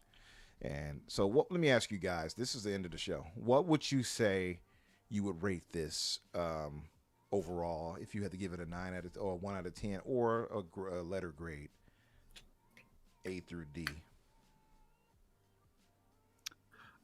Me, I gave this a 9.5 out of 10. 9.5. The only reason I didn't give it a 10 out of 10 was the the section on PS Plus was ass. That was pretty. They should not have a section on PS Plus in this show if they are not announcing a major new feature like PS3 native play, or if they're not announcing either a slew of new titles coming to the classics part, because they announced 2. That is not enough to have anything here. They announced 2 in Spider-Man. If they're not announcing missing first party, which there's a fuck ton of, there's 6 God of War games that aren't on it. That aren't on they're only on streaming only. They haven't brought them to the PS2 emulator. Like they bothered to re-put the Jack games, which were on the original emulator, and put them on the new emulator. But they haven't put the missing games that are like streaming only and that only works in some regions. They haven't bothered to put like the Ratchet and Clank games or the God of War games that are missing. Now fuck off. Like don't have a PS Plus section. That's my rant. That was like the one part of the show that made me mad. Was because every time, like they the one time that they did this, they showed off like 7 games. It was like all the Sly Cooper games, and that they were updating the Jack game, the Jack and Daxter games. Yeah. And like that was great, fantastic thing to show, right?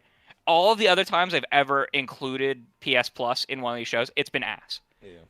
Oh my god, fucking Spider-Man's coming after like 4 years to the PS Plus Premium. Who the fuck cares? And we also know that with them and their first party shit, that we don't even know that that's like if it's gonna stay. If it's gonna stay, because they took So, out the like, first one. Don't put like including PS Plus in here is just annoying.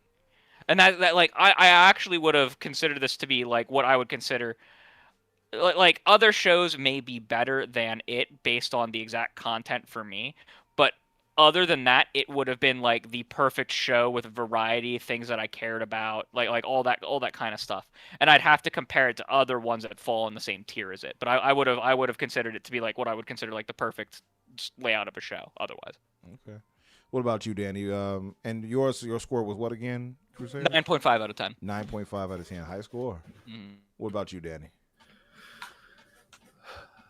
I'm not as high, obviously. I think looking at it, I was like, there's a lot in this, and that's kind of cool. But we already know about what felt like 90% of it, so I didn't really do anything to blow my skirt up. I do still think this is one of the better ones that they've had in a long time, because PlayStation has not really done bigger state of plays or a showcase. They haven't done a showcase in what, like 3 years now. It's been a while. Yeah. So as a state of play, this is one of their better ones, but I still think I can only give it like a C, like a 7 maybe, because it's like, it's a passing grade. Like I watched this and I was like, okay, cool, PlayStation is going to exist this year. Cool, great. But truth be told, like if the Konami section had not been in here, it would have been a waste of my time. Yeah. So I guess I could hear that. And I saw one other person I talked to earlier that gave it a 7 too. So you're not alone in that. But I think you are the only two I saw give it a 7. And by the way, I can tell I can tell Major and all of them are gonna be like, "Oh, Danny's hating." I can tell you that right now. I just, there wasn't a lot in it for me. You have very particular. We saw a lot of games that I already knew I wanted. Yeah. We saw a lot of stuff that I already knew that I wanted, and then we saw a cool new Silent Hill. Yeah. That Crusader can't play because he has very real phobias. Right. Truly. And then other than that, they were like, like a bunch of remasters of old games, and I'm like, great, I'm cool, I'm happy that has like a new way to play it. That's great, cool, awesome. But that's not something I'm going to get like excited for. And then they're like, and then you're a chicken boy, and I'm like, great, awesome. Yeah. No, I can't wait to play chicken game. Chicken. Like he flew the coop. It's a better showcase than that time that they showed off Fat Guy Falls Down or whatever that fucking game was called. Baby steps. Yeah. Yeah. No, I'm with you on that. So for me, I came to an 8.5 out of 10. Could be probably persuaded to go to a 9, much like you. And I had to highlight this, and I know people were like, "Oh, that's your bot tendencies," and I'm like, I don't think it is, and I'm just judging off of what we used to judge things off. And now that I'm holding a PlayStation account to that, now it's like, oh no, you're being unfair. And I'm like, I'm being consistent, actually, because before we were told if it's games we had already seen, games that are multi-plat, then you can't be like, oh, this is a 9, right, or a 10 or 8 point whatever. Oh, well, other platforms get to the game too, so this is an Xbox or this is a PlayStation showcase, as they would tell us, right? So if we're going by that, I would be like, yeah, well, if I would have to use your words against you. Most of these, much like you said, we had already known. So knew about, although we did see new gameplay for things, obviously. Star Wars Galactic Racer, seeing gameplay for that actually. Legacy of Kain Defiance Remastered, seeing that announced. Ghost of Yotei Legends, it's obvious that it would happen, but seeing it in action was cool. What's Dead or Alive 7 being announced, it was very quick, but I'll give them that. Yeah, that's like a blink and you miss it one. That's really like, and we're doing another one. Yeah, that's why it's kind of hard for me to include it, but it's like, okay, I'll just be nice and give them it. It's like while we're on the way out the door, just like, right. Hey guys, by the way, exactly, I promise we're making a new game. Right, we got you. So Silent Hill Townfall this is not an announcement for it, because this was announced in 2022. We were actually was it really? Yeah, Townfall is not. This is not a brand new announcement. It is, however, the first time we've seen it in action. I should have graded it lower. Yeah, no, it's the first time we've seen it in action, but it was known about already. So I'll still count it as a positive, right? Project. It was new to me. Chicken That's all Man. it's got to be, I guess. Yeah, Chicken Man game that looks pretty good to me. But then Chicken again, I am a mark for that, Come because on I now. do like those types of games, and it looks like Unreal Engine. So count me. I in. don't. Umbra, if you play and finish Chicken Game when it comes out, whenever it comes out, Yeah. I'll be actually surprised. I might. Because is it coming out this year? I don't think so. I don't think they had announced. Because if it's coming out this year, It's there's like a lot of Danny, games. I don't think it's coming out this year. Yeah, I don't. Think Okay. it is. I was like, if it's called Project Windless right now. Oh, that's a good point. Yeah. No, you're right. You're right. True. Because I was like, if it's coming out this year, there's so many other. You're not circling back for Chicken It's Game. a lot. You're not It's a doing lot it. of games I got to get to.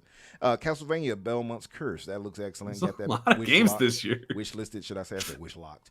I got that wish listed. Metal Gear Solid Master Collection Volume 2 with Part 4 in it. Finally, that's a plus. Kena Scars of Cosmora looks excellent. And God of War trilogy remake and Sons of Sparta, all excellent. So 8.5, I could probably Also, see myself going to an 8.8 or 9, just not to be like shallow about it. Like, 8, I'll give it 3.3 more. Like, I can possibly be persuaded to a 9, but I'm going to say 8.5 just for the simple reason of those are great. A lot of this we had known about, so I can't be faking like, well, this still their show was really good. The show, if we're talking about as far as a show being run, pacing, all that, excellent run show. One of easily, Yeah, like you said, it was their pretty best good. probably in a long There time. was- I think it's There the were a couple best- cutaways it's that in I- my I- opinion, it's the best show they've had. Yeah, it's In easily general. Yeah, top at least for tier a in long terms time. of what I they can't do. remember. Yeah, Yeah, since they stopped doing E3, I would say this is probably one of their better ones. yeah, easily. But Yeah. there's definitely still like a couple of the little cutaways where I was like, this feels awkward. Like there was one right after they showed, what's that game called? We just talked about it. You're a dude and there's a little robot girl and she's your baby. Pragmata. Oh, Pragmata. Pragmata. Yeah. Right after they showed Pragmata, they like cut to Sid whoever, and that lady, and they were like, "Now we're going to tell you the release dates." And I was like, "I didn't need a cutaway for this. You could just stick it at the end of the trailer." Right. That like, and there was a couple things like that where I was like, "This just breaks up the flow in a way that doesn't really work." And I know that that's nitpicking, and that's why I didn't say it before I gave it my score because it doesn't affect it one way or the other. But like, it was a very well put together show. Mm-hmm. I just wish it had more like first party meat, because that's what I go to. If I'm going to a showcase of one of the big three, I would like to see. I just want to see some meat. That's all. I just need some meat on the bone. So here's the thing. I meant what I said, and I say what I meant. Here's the thing about that. Here's the thing about that. That we don't have third party like showcases anymore outside of these, except for like Yeah. except for Well, Summer Game Fest and the Game Awards Right. and Gamescom. But- right? Like Square Enix doesn't hold its own event anymore, but like so like Right. Konami, they don't hold their own events anymore. So we're like that's what these events have become. Mm-hmm. Yeah. Right. And I'm not expecting the whole hour to be like new first party stuff or anything crazy like that. Although that'd be awesome. It's never going to happen. But I just mean like they've been really good with their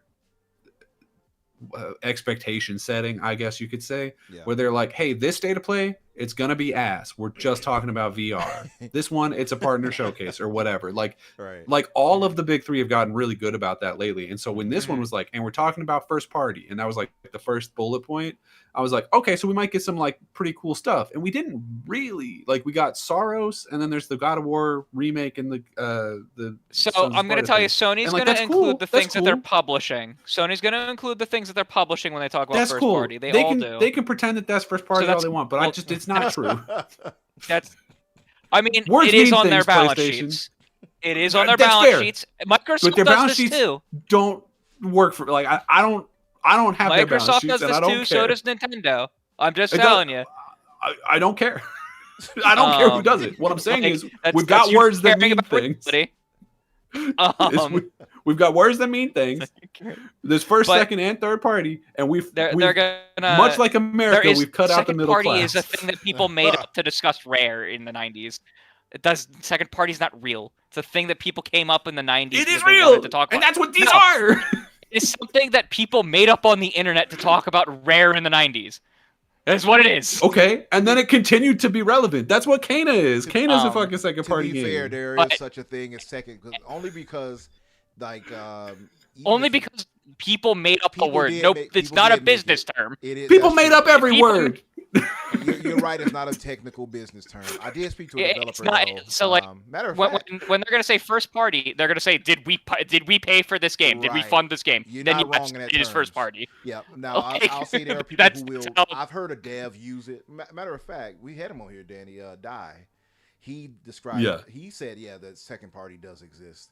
So there are some who say that. But Well, then I Insomniac do Public agree was with you like, though that it doesn't exist. Technically, they You don't know. use that when it comes to business. They'll just say first party. Yeah. Or third. So yeah, either way, whatever. So just Kenna's gonna get included in that. Token's gonna get included in that. Yeah.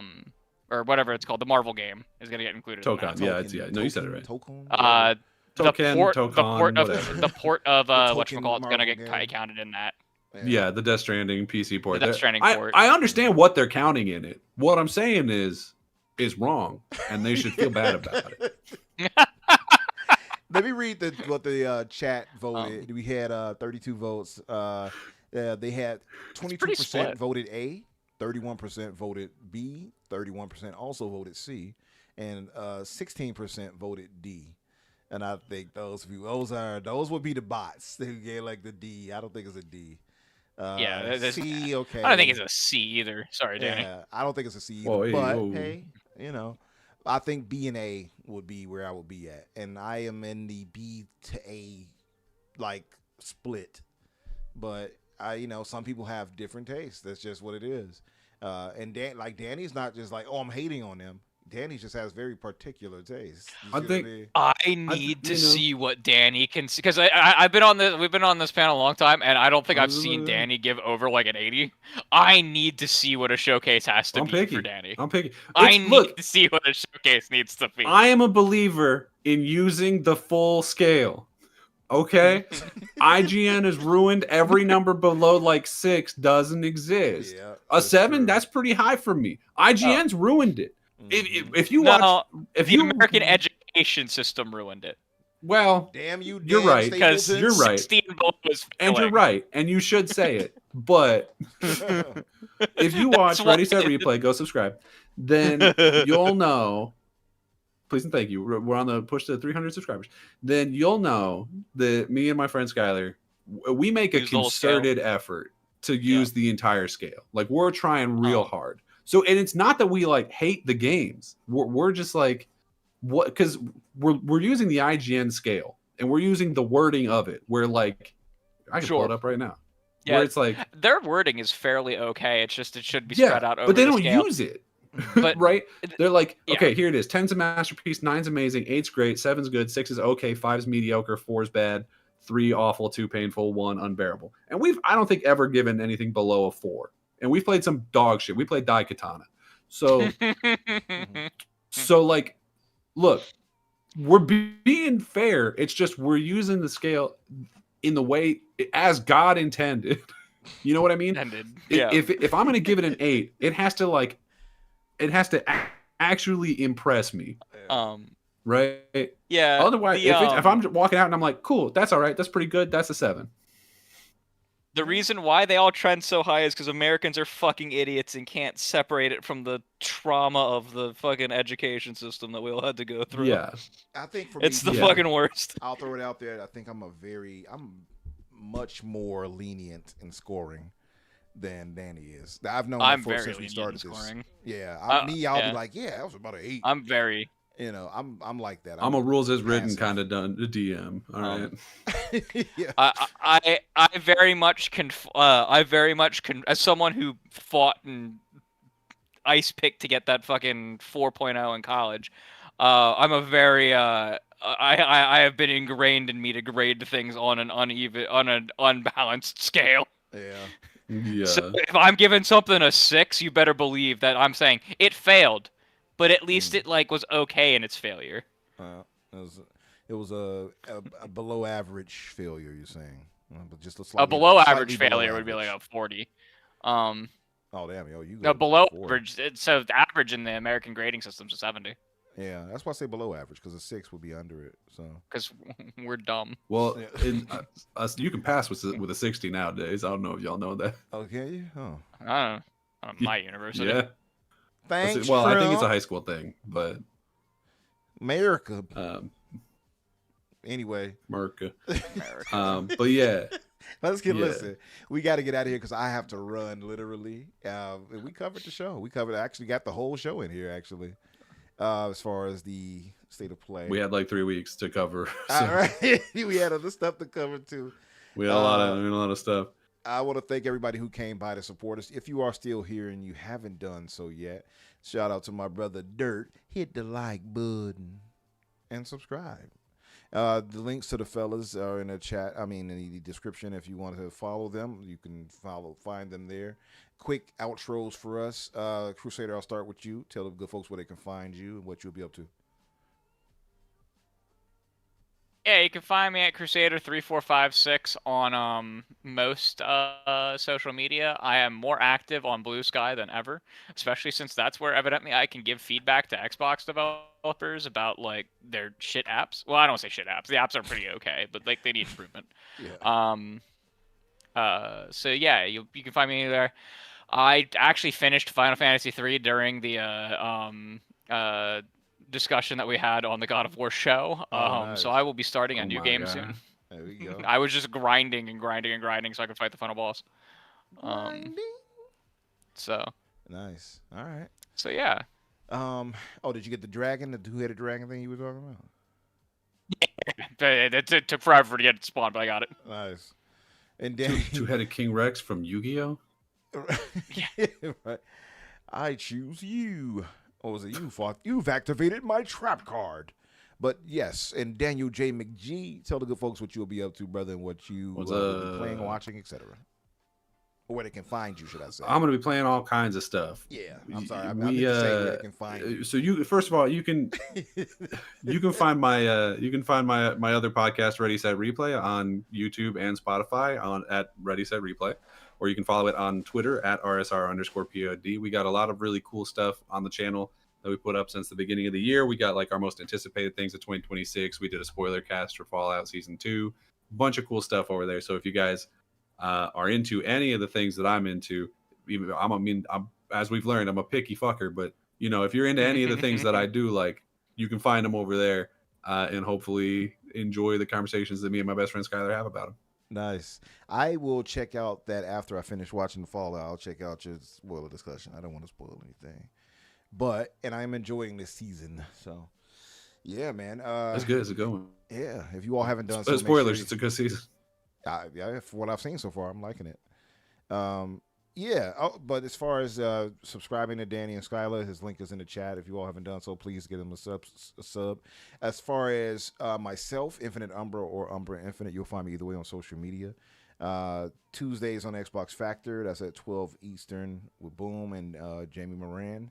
And then back here with us, typically on Thursdays at 8 o'clock Eastern. And yeah, I will be finishing up KCD 2 and moving on to possibly Yakuza Kiwami 3 and so on and so forth. We got so many other games to play. It's going to be a crazy good year. Thank you, everyone again for coming by. We will get out of here. You all have a great weekend.